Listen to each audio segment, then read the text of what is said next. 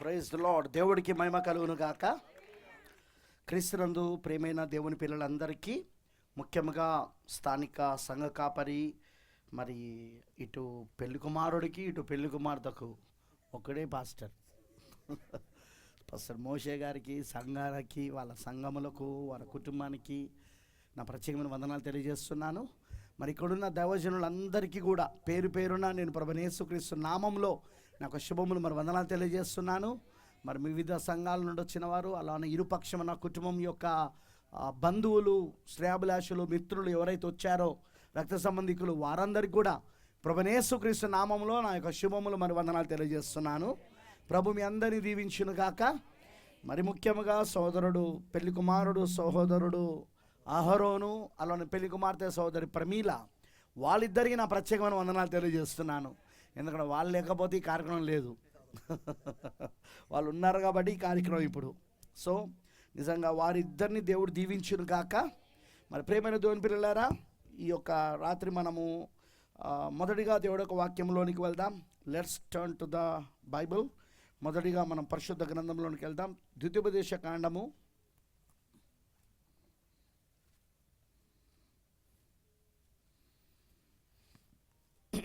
పరిశుద్ధ గ్రంథములో నుండి ద్వితీయోపదేశ కాండము 22వ అధ్యాయము.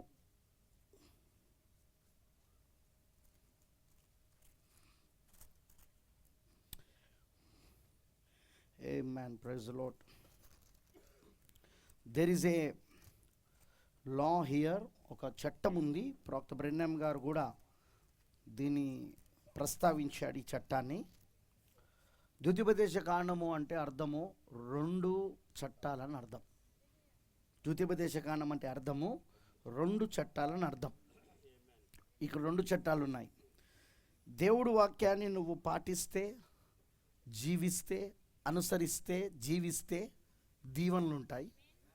అదే దేవుడు వాక్యాన్ని నువ్వు తృణీకరిస్తే, ఆ వాక్యమును నువ్వు జీవించకుండా ఉంటే శాపములు ఉంటాయి. రెండు చట్టాలు, దీవెనలు, శాపాలు.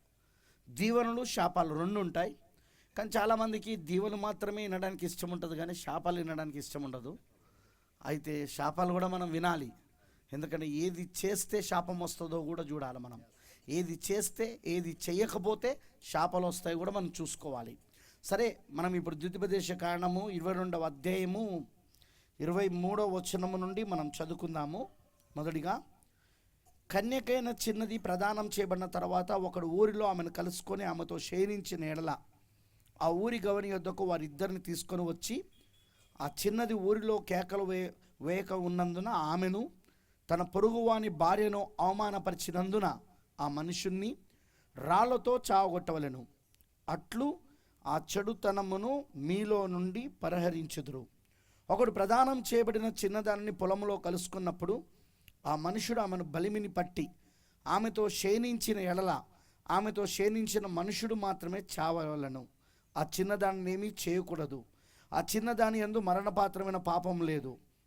ఒకడు తన పొరుగువాని మీదికి లేచి ప్రాణహాని చేసినట్టే ఇది జరిగినది. అతడు ఆమెను పొలములో కలుసుకొనగా ప్రదానం చేయబడిన ఆ చిన్నది కేకలు వేసినను ఆమెకు రక్షకుడు లేకపోయెను. ఒకడు ప్రదానం చేయబడని కన్యకైన చిన్నదానిని కలుసుకొని ఆమెను పట్టుకొని ఆమెతో శయనింపగా వారు కనబడినలా ఆమెతో శయనించిన వాడు ఆ చిన్నదాని తండ్రికి 10 వెండి రూకలిచ్చి ఆమెను పెళ్లి చేసుకొనవలెను. అతడు ఆమెను అవమానపరిచెను గనుక అతడు తాను బ్రతుకు దినములన్నిటను ఆమెను విడిచిపెట్టకూడదు. దేవుడి మాటలను దీవించును గాక. అలానే నెక్స్ట్ ఇంకొక లేఖనం కూడా చదువుదాం.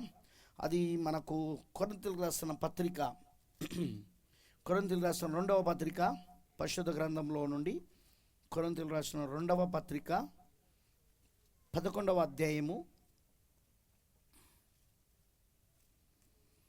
2వ పత్రిక 11వ అధ్యాయము 3వ వచనం మనం చదుదాం.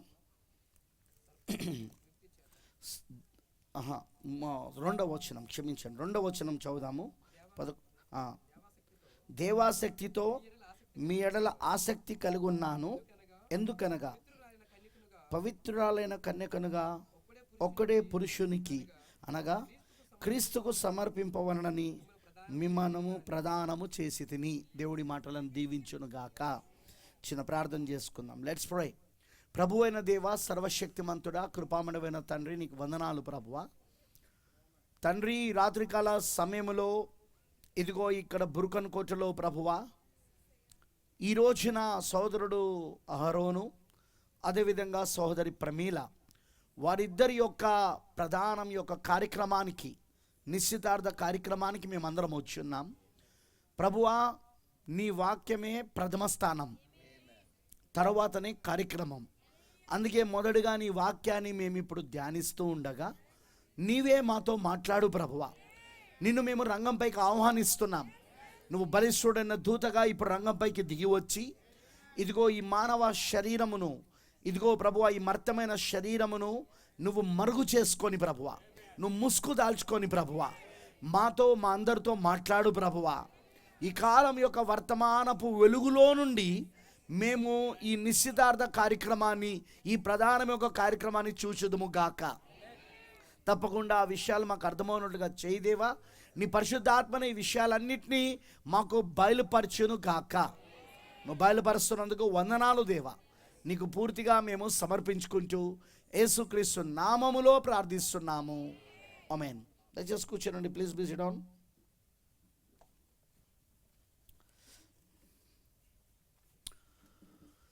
క్రీస్తునందు ప్రియమైన దేవుని పిల్లలందరికీ మరొకసారి నేను ప్రభువైన యేసుక్రీస్తు నామములో ఈ రాత్రి మీకు శుభములు మరి వందనాలు తెలియజేస్తున్నాను.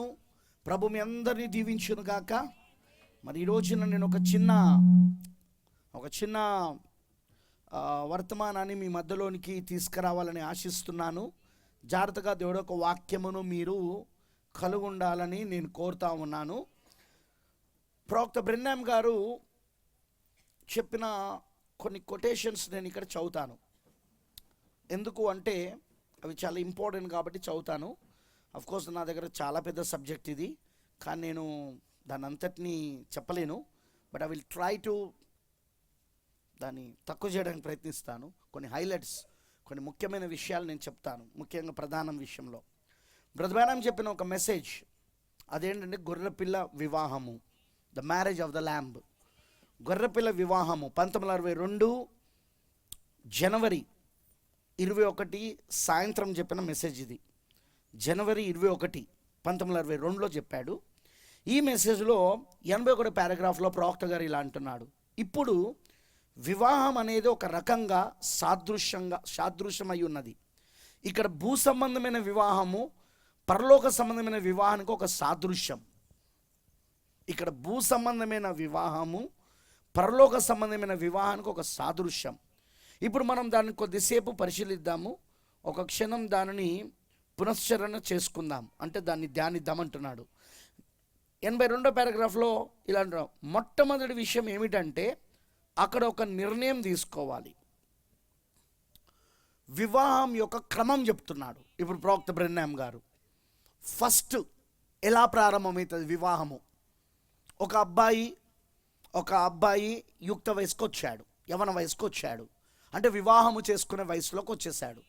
అదేవిధంగా ఒక అమ్మాయి కూడా ఒక వివాహము చేసుకునే వయసులోనికి ఆ అమ్మాయి కూడా వచ్చేసింది. ఇప్పుడు ఇద్దరు యుక్త వయసులో ఉన్నారు, ఇద్దరికి వివాహం చేసుకునే వయసు వచ్చింది. సో ఇందులో వీళ్ళిద్దరి విషయానికి వచ్చినప్పుడు మొట్టమొదటి కార్యం ఏంటిదంటే డిసిజన్, నిర్ణయం. ఫస్ట్ పెళ్లి కుమారుడు నిర్ణయం తీసుకుంటాడు. ఏమనంటే నేను పలానా అమ్మాయిని చేసుకోవాలనుకుంటున్నాను అనే నిర్ణయం. ఆ నిర్ణయం తీసుకుంటాడు, ఎన్నిక చేసుకుంటాడు. వధువుని ఎంచుకున్నట్టనే వర్తమానంలో ప్రవక్త అంటాడు, వధువుని ఎంచుకున్నట్టనే వర్తమానంలో ఫస్ట్ పెళ్లి కుమారుడు పెళ్లి కుమార్తెను ఎన్నుకుంటాడు. He will choose. సో పెళ్లి కుమారుడు పెళ్లి కుమార్తె ఎన్నుకున్నప్పుడు అతను ఒక నిర్ణయానికి వస్తాడు, నేను ఈ అమ్మాయిని పెళ్లి చేసుకుంటాను అని. ఎందుకు అంటే ఆ అమ్మాయిని ఎన్నుకునేటప్పుడు అఫ్కోర్స్ ఇప్పుడు ఎవరెవరు ఎలా ఎన్నుకుంటున్నారో అది వారికి వాళ్ళ మధ్యలో ఉన్న విషయాలు అవి.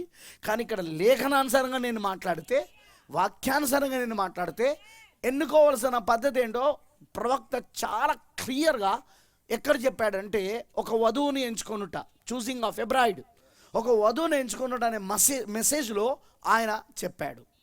ఆయన చెప్తున్నప్పుడు ఆ మెసేజ్లో ఒకటి మర్చిపోకండి, భూ సంబంధమైన ఈ వివాహము పరలోక సంబంధమైన వివాహమునకు సాదృశ్యం.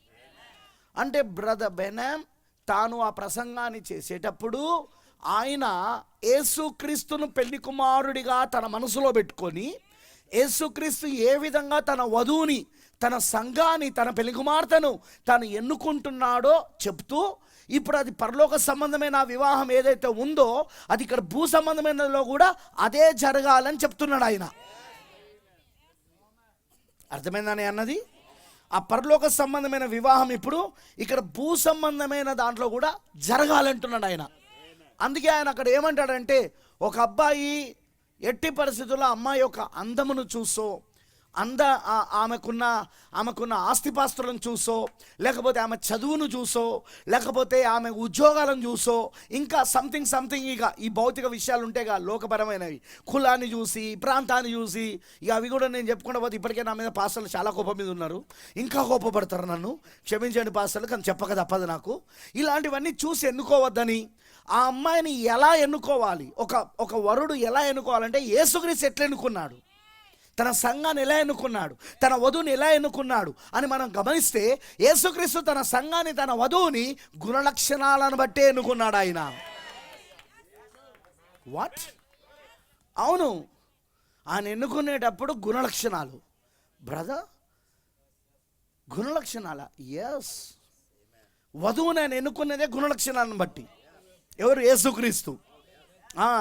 ఆ గుణలక్షణాలు ఏంటిది అంటే, స్వయంగా యేసుక్రీస్తు పెళ్లి కుమారుని గుణలక్షణాలే ఆ పెళ్లి కుమార్తెలో కనబడతాయి.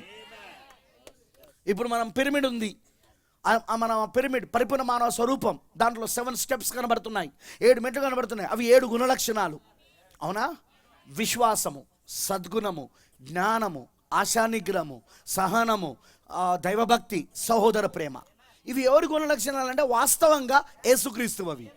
కానీ అవి ఇప్పుడు ఎవరిలో కుమరించబడ్డాయి అంటే వధువులో. అమనండారా? ఆ శరీరంలో కుమరించబడ్డాయి. అంటే ఇంకో విధంగా చెప్పాలంటే ఇక్కడ ఒక అద్భుతమైన, అసలు ఇది చాలా పెద్ద వర్తమానం, but I will try to ఒక తొందరగా ముగించడానికి ప్రయత్నిస్తా. ఒక అద్భుతమైన విషయం ఏంటంటే ప్రియమైన దేవుని పిల్లలారా, ఆయన మనల్ని జగత్ పునాది వేయబడక మునిపే, లోక పునాదులు వేయడం మునిపే ఎన్నుకునేటప్పుడు ఆయన మనల్ని ఎలా చూశాడు అంటే, ఆయనలోని గుణలక్షణాలు కొత్త జన్మ ద్వారా మనం పొందుకోగలమని చూశాడు ఆయన.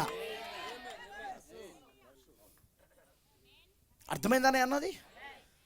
దేవుడు ఎలాగైతే తన గుణలక్షణముల ద్వారా గుర్తించబడ్డాడో, ఇప్పుడు వధువు కూడా తన గుణలక్షణాల ద్వారా గుర్తించబడుతుంది అన్నాడు ప్రవక్త. ఎందుకంటే వధువు ఎవరో కాదు, దేవునిలో భాగం. వధువు ఎవరో కాదు, పెళ్లి కుమారుల్లో భాగం, పెళ్లి కుమార్తె. అమనంటారా? అయితే ఇప్పుడు మనం గమనిస్తే ఆయన మనం చూసేటప్పుడు ఎలా చూశాడంటావు? ఏవైతే ఆ 7 గుణలక్షణాలు, విశ్వాసము, సద్గుణము, జ్ఞానము, ఆశా నిగ్రహము, సహనము, దైవభక్తి, సోదర ప్రేమ, అవన్నీ మనం కొత్త జన్మ ద్వారా పొందుకుంటామనే ఆయన చూశాడు అక్కడ. అలా ఎన్నుకున్నాడు ఈరోజు మనల్ని.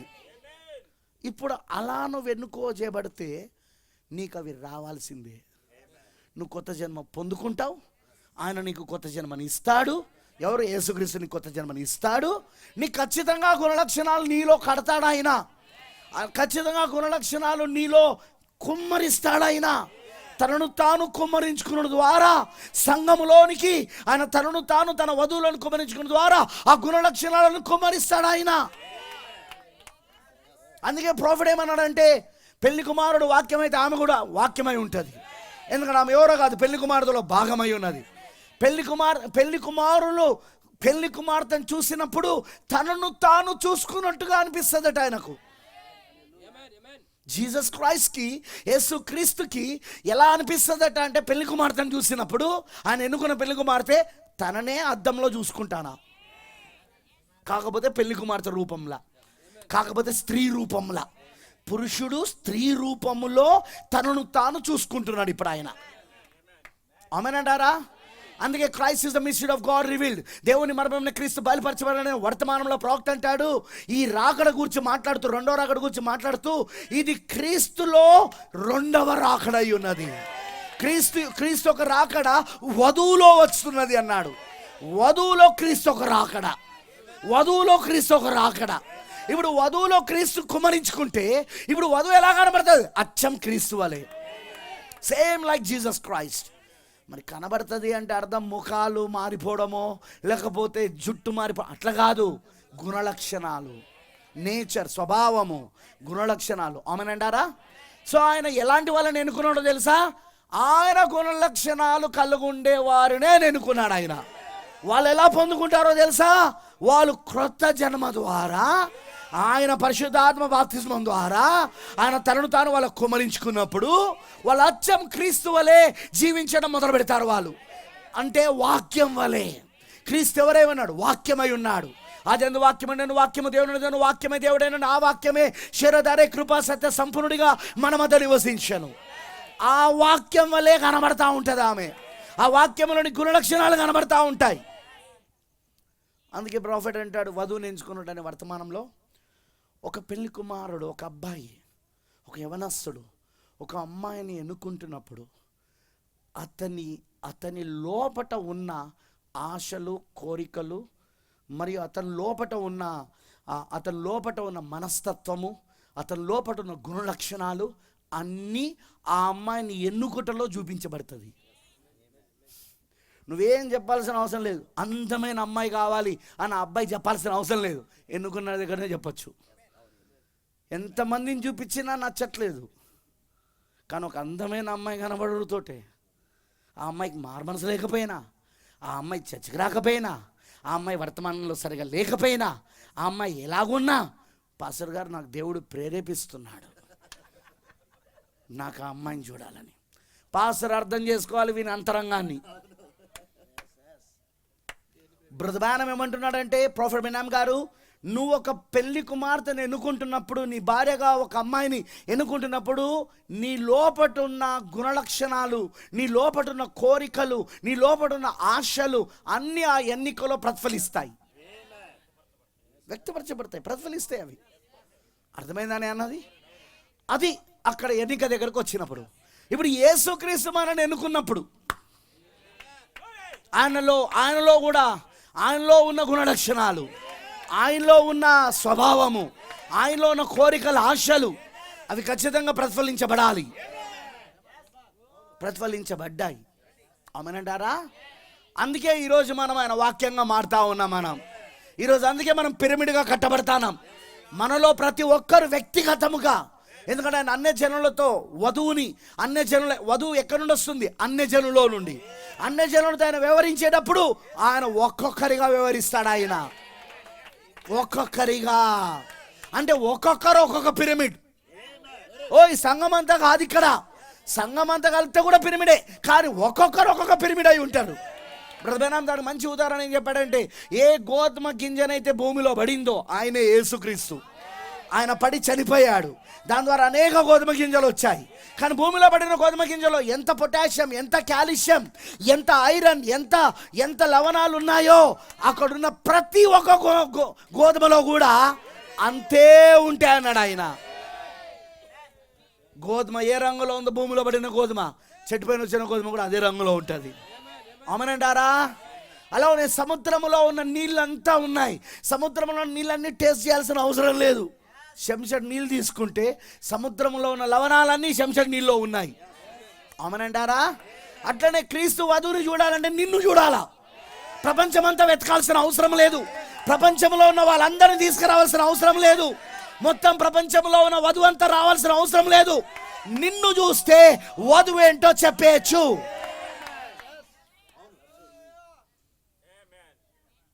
చాలామంది అపోహ ఎట్లుందో తెలుసా? అందరు కలిపితే వధువు కాదు, నువ్వు వ్యక్తిగతంగా సార్వత్రిక వధువుకి సాదృశ్యం. ప్రపంచవ్యాప్తంగా ఉన్న వధువుకి నువ్వు సాదృశ్యం, నువ్వు ప్రతినిధివి. నువ్వు వాళ్ళందరికీ నిన్ను చూస్తే చాలు వధువు ఎలా ఉన్నావు చెప్పచ్చు. ప్రైజ్ ది లార్డ్, హల్లెలూయా. ఎన్నుకున్న దగ్గరకు వచ్చినప్పుడు పురుషుని యొక్క మనస్తత్వము, గుణలక్షణము, స్వభావము, అభిరుచులు, కోరికలు అన్నీ బయటపడతాయి. ఆ అమ్మాయిని చూస్తే చెప్పేచ్చుగా, ఆ అమ్మాయి అన్నీ పెట్టుకుంటుంది, ఆ అమ్మాయి లిప్స్టిక్ రాసుకుంటుంది, ఆ అమ్మాయి జుట్టు కత్తిరించుకుంటుంది, ఆ అమ్మాయి యజ్బెల్లా తయారవుతుంది, అయినా వీడికి నచ్చింది NTMSS బిలీవర్కి. ఈ టేస్ట్ ఏందో మనకు అర్థమైపోయింది. అందుకే పాస్టర్లు ఏం చేయాలంటే పక్క జరగాల, నీ టేస్ట్కి తగ్గినట్టు నువ్వు పెళ్లి చేసుకోపో అని చెప్పి. పోవద్దు, జోలికి పోవద్దు. పోయినావా నీకు ఉంటుంది. నాలాంటోడు అసలే వదులడు, నేనైతే అసలే వదులను. సారీ టు టెల్, అది నిజం. అది ఎందుకంటే అట్లాంటి వాటికి మనం సాక్షులుగా ఉండొద్దు, అలాంటి పెళ్ళిళ్ళకి మనం సాక్షులుగా ఎందుకు ఉండొద్దు పాస్టర్ గారు? ఇక్కడ అంటాడు ప్రాఫెట్, ఏమంటున్నాడు ఆయన? ఏమంటున్నాడు? భూ సంబంధమైన వివాహము పరలోక సంబంధమైన వివాహానికి ఒక సాదృశ్యం, గొర్రెపిల్ల వివాహానికి ఒక సాదృశ్యం. ఆమెనంటారా? ఇప్పుడు ప్రవక్త అంటున్నాడు, మొట్టమొదటి విషయం ఏమిటంటే అక్కడ ఒక నిర్ణయం తీసుకోవాలి. ప్రకృతి సిద్ధమైన వివాహములో జరగవలసిన మొదటి విషయం నిర్ణయం తీసుకోవడం. ఆ యవనస్తురాలు తనకు ఈ యవనస్తుడు కావాలో లేదో నిర్ణయించుకోవాలి. అలాగే యవనస్తుడు కూడా తనకు ఆ యవనస్తురాలు కావాలో లేదో నిర్ణయించుకోవాలి. అక్కడ ఒక నిర్ణయం జరగాలి. అదే వధువుని ఎంచుకున్న వర్తమానంలో అంటాడు, ఫస్ట్ పురుషుడు ఎన్నుకుంటాడు ఈ అమ్మాయిని నేను చేసుకోవాలని. ఆ తర్వాత ఆ ఎన్నికను ఆ అమ్మాయికి చెప్తాడు. ఆ అమ్మాయి నిర్ణయం తీసుకుంటుంది, చేసుకోవాలన్నా వద్దా. తను ఎన్నుకున్న ఆ పురుషుడు, ఎవరైతే తనను ఎన్నుకున్నాడో ఆ పురుషుడు అతన్ని పెళ్లి చేసుకోవాలా లేదా అని ఆమె నిర్ణయం చెప్తుంది. చేసుకోవచ్చు, చేసుకోకపోవచ్చు, అది ఆమె ఇష్టం. అలానే ఈయన ఎన్నుకుంటాడు. ఎన్నిక దగ్గరకు వచ్చినప్పుడు పురుషుడిది, స్త్రీది కాదు. హిందుత్వంలో స్వయంవరాలు ఉంటాయి. ఎంతమంది కథలు, పురాణాలు, స్వయంవరం, రాజుల కథలు ఏంటి? 10 దేశాల్లో నుండి 10 మంది యువరాజులు వస్తారు. ఇందులో ఒక యువరాణి మాల పట్టుకొని, దండ పట్టుకొని తనకి ఇష్టమైన వాళ్ళని మెడలేయాల. లేదు, బైబిల్ దానికి రివర్స్. నో. ఎన్నిక దగ్గరకు వచ్చినప్పుడు అది స్త్రీది కాదు, అమ్మాయిది కాదు. ఎన్నిక దగ్గరకు వచ్చినప్పుడు అది అబ్బాయిది. అబ్బాయి అమ్మాయిని ఎన్నుకోవాలి. అప్పుడు అమ్మాయి అవునన్నా కాదన్నా నిర్ణయం చెప్పాలి. అర్థమైందని చెప్పింది. సో వాళ్ళు ఫస్ట్ నిర్ణయం, అక్కడ ఒక నిర్ణయం జరగాలి, అది మీరే తీసుకోవాలి. ప్రపంచంలో మీరు ఇక్కడ ఏనండి ఈ మాట, అరోను ఈను, ప్రమిళ ఈను, మా అందరి పెళ్ళిళ్ళు అయిపోయినాయి, మా కోసం కాదు ఇది. పెళ్ళి కావాల్సిన వాళ్ళ కోసం, ముఖ్యంగా పెళ్ళి అయిన వాళ్ళ కోసం కూడా. ఎందుకంటే మీ టెస్ట్ మీరు చేసుకోవాలి, ఇప్పుడు మీ పరీక్ష మీరు చేసుకోవాలి. ప్రవక్త చెప్తున్న వాక్యంతో ఏమంటారని తెలుసా? ఇక్కడ అద్భుతమైన ఒక మాట ఉందండి. ప్రపంచంలో మీరు ప్రేమించే ఏకైక స్త్రీ ఆమె అయి ఉండాలి. అరోను, ప్రపంచంలో నీవు ప్రేమించే ఏకైక స్త్రీ ప్రమీల అయి ఉండాలి. లేదు సంవత్సరం దాకా నాకు బోర్ కొట్టినావు, సో నిన్ను వదిలిపెడుతున్నా, నాకు ఇంకొకరు దొరికింది చింతూరులో, కుదరదు. ఆమేన్. ఇది మళ్ళీ ఏంటిది? చింతూరులో కాదు, ప్రపంచంలో. మళ్ళీ ఏ దేశమైనా కావచ్చు, వరంగల్ కూడా కావచ్చు. నువ్వు వరంగల్ మంచి అమ్మాయి ఉన్నా, నువ్వు లేని గొడవ ఇప్పుడు అది. ప్రపంచంలో మీరు ప్రేమించే ఏకైక స్త్రీ ఆమె ఉండాలి. అలాగే ఆమెకు ఏకైక పురుషుడు అతడై ఉండాలి. నిర్ణయం దగ్గర ఇది. బ్రదర్ బేనాం ఒక యవనస్తుడు తన దగ్గరకు వస్తాడు. వచ్చి, బ్రదర్ బేనాం నేను ఆ అమ్మాయిని పెళ్లి చేసుకోవచ్చా అని అడుగుతాడు. అప్పుడు బ్రదర్ బేనాం ఒక ప్రశ్న అడుగుతాడు. అది బ్రదర్ బేనామే చెప్పిండు మెసేజ్లో, మనకు టైం లేదు. ఏమంటాడంటే, నువ్వు ఆమెను ఎంత ప్రేమిస్తున్నావు అని అడుగుతాడు. ఆమె నేను చాలా ప్రేమిస్తున్నాను అంటాడు. నెక్స్ట్ అడుగుతాడు క్వశ్చన్, ఆమె లేకుండా కూడా నువ్వు బతకగలవా అంటాడు. అప్పుడు ఆయన అంటాడు, లేదు నేను ఆమె లేకుండా నేను బ్రతకలేను, ఆమె నాకు కావాలి, నాకు అంత ఇష్టం అంటే, అయితే వెళ్ళి పెళ్లి చేసుకోపో. అదే ఆన్సర్ ఇట్లా వచ్చిందనుకో, ఆమె కాకపోతే ఇంకొకరు. అప్పుడు బ్రదర్ బేనం ఏమన్నాడో తెలుసా? గెట్ అవుట్, నువ్వు ఆ అమ్మాయిని పెళ్లి చేసుకునే అర్హత నీకు లేదు. ఎందుకంటే ఎట్లుండాలో తెలుసా? ఎన్నిక దగ్గర, నిర్ణయం దగ్గర. నేను ఈ అమ్మాయిని లేకుండా బ్రతకలేను, అరోను ప్రమీల లేకుండా నేను బ్రతకలేను. అలానే ప్రమీల, ఆరోను లేకుండా నేను బ్రతకలేను. Same spiritual. క్రీస్తు కూడా తన వధువును చూసేమంటున్నాడు, ఈమె లేకుండా నేను బ్రతకలేను. అలానే ఈ వధువు ఏమంటుంది ఈ రోజున, ఆయన లేకుండా నేను బ్రతకలేను. ప్రైజ్ ది లార్డ్, హల్లెలూయా. ప్రవక్త అంటున్నాడు, అలా కాకపోతే మీరు తప్పుడు నిర్ణయం తీసుకున్నట్లే. ఇప్పుడు పెళ్ళిళ్ళు చేసుకున్న వాళ్ళందరూ ఒకసారి టెస్ట్ చేసుకోండి. పెళ్ళి చేసుకున్న వాళ్ళందరూ, నీ భార్యను నువ్వు అంత ప్రేమిస్తానవా? నీ భర్తను నువ్వు అంత ప్రేమిస్తానవా? లేకపోతే ఎవరెవరో నీ భార్య కంటే అందంగా కనబడుతుందా? ఎవరెవరో మీ ఆయన కంటే హ్యాండ్సమ్గా కనబడుతున్నాడా? చూసుకోండమ్మో. ఎందుకంటే అలాగైతే ప్రవక్త అంటున్నారు, మీరు తప్పుడు నిర్ణయం తీసుకున్నట్లే. అంతే. మరి బ్రదర్ ఎట్లా పాస్టర్ గారు, మీ ప్రేమ తప్పు, మీరు చేసే ప్రేమ తప్పు. ఇప్పుడు యేసుక్రీస్తు కాకుండా సంఘము ఇంకెవరినైనా ప్రేమించిందనుకో, పాస్టర్నో, సంఘ పెద్దలనో, డినామినేషన్నో, సంఘ శాఖనో, సంస్థాగత సంఘాన్నో, ఇంకెవరినో యేసుక్రీస్తు కంటే ఎక్కువగా ప్రేమించిందనుకో, ఆమె ప్రేమ సరి అయినది కాదు. అందుకేమన్నాడు, లోకంలో ఉన్నది ఏది మీరు ప్రేమించినా నా ప్రేమ మీలో లేదు. లోకంలో ఉన్నది ఏది మీరు ప్రేమించినా నా ప్రేమ మీకు లేదు. ప్రథమ స్థానము దేవునికి, వాక్యానికి ఇవ్వాలి. వధువు ఎప్పుడు, పెళ్లి కుమార్తె ఎప్పుడు ప్రథమ స్థానము దేవునికి, వాక్యానికి ఇవ్వాలి. That is the first place. అర్థమైందా? వాక్యం తర్వాతనే నా భార్య పిల్లలు, వాక్యం తర్వాతనే నా భర్త పిల్లలు, వాక్యం తర్వాతనే నా కుటుంబం. అర్థమైందని అన్నది బ్రతమానం అన్నాడు. ఎప్పుడు నీవు మొదటి స్థానం దేవునికి, వాక్యానికి, క్రీస్తుకి ఇవ్వు, రెండవ స్థానం కుటుంబానికి ఇవ్వు, మూడవ స్థానం నీకు ఇచ్చుకో. మళ్ళీ నీ స్థానం ఎక్కడంటే మూడోది. ఫస్ట్ దేవుడు, సెకండ్ అంటే దేవుడు అంటే వాక్యం, సెకండ్ కుటుంబం, ఆ తర్వాత నేను, థర్డ్ నువ్వు. అర్థమైందని అన్నది. కానీ మనం ఏం చేస్తాం, ముందు మనం రివర్స్ మొదలు పెడతాం. కరెక్టేనా? ముందు నేను, ఆ తర్వాత నా కుటుంబము, ఆ తర్వాత దేవుడు. బట్ ప్రాఫిట్ అలా చెప్పలేదు. ప్రవక్త దాన్ని రివర్స్ చెప్పాడు. ఆమేనంటారా? అందుకే ప్రవక్త ఏమంటున్నాడంటే, ఎప్పుడైనా సరే నువ్వు నీ భార్యను ఎట్లా ప్రేమించాలంటే, ఆమె లేకుండా నేను బ్రతకలేను, ఐ కెనాట్ లివ్. నీ భర్తను ఎట్లా ప్రేమించాలంటే అలా ప్రేమించాలి. అలా ప్రేమించినప్పుడే నీ నిర్ణయం కరెక్ట్. అలా ప్రేమించకపోతే నీ నిర్ణయం తప్పు, అది తప్పుడు నిర్ణయం. ఇప్పుడు నువ్వేం చేయాలి? పెళ్ళైన వాళ్ళు అలా ప్రేమించడం మొదలుపెట్టాలి. క్రీస్తుని అట్లనే ప్రేమించాలి. అదే ప్రేమను ఎవరికి షిఫ్ట్ చేయాలంటే భార్యకు, భర్తకు. ఎందుకు? మళ్ళీ దాని గురించి వెళ్ళాలనుకుంటే ఎఫెసీ పత్రిక 5వ అధ్యాయం 22-33 వచనాలలో ఆయన క్రీస్తుకు, సంఘానికి మధ్యలో ఉన్న రిలేషన్, బంధుత్వం గురించి మాట్లాడుతూ, ఆ రిలేషన్ గురించి మాట్లాడుతూ ఆయన ఏమన్నాడంటే, క్రీస్తు సంఘాన్ని ప్రేమించినట్టు భర్తలు కూడా భార్యలను ప్రేమించాలా. కరెక్టేనా అండి?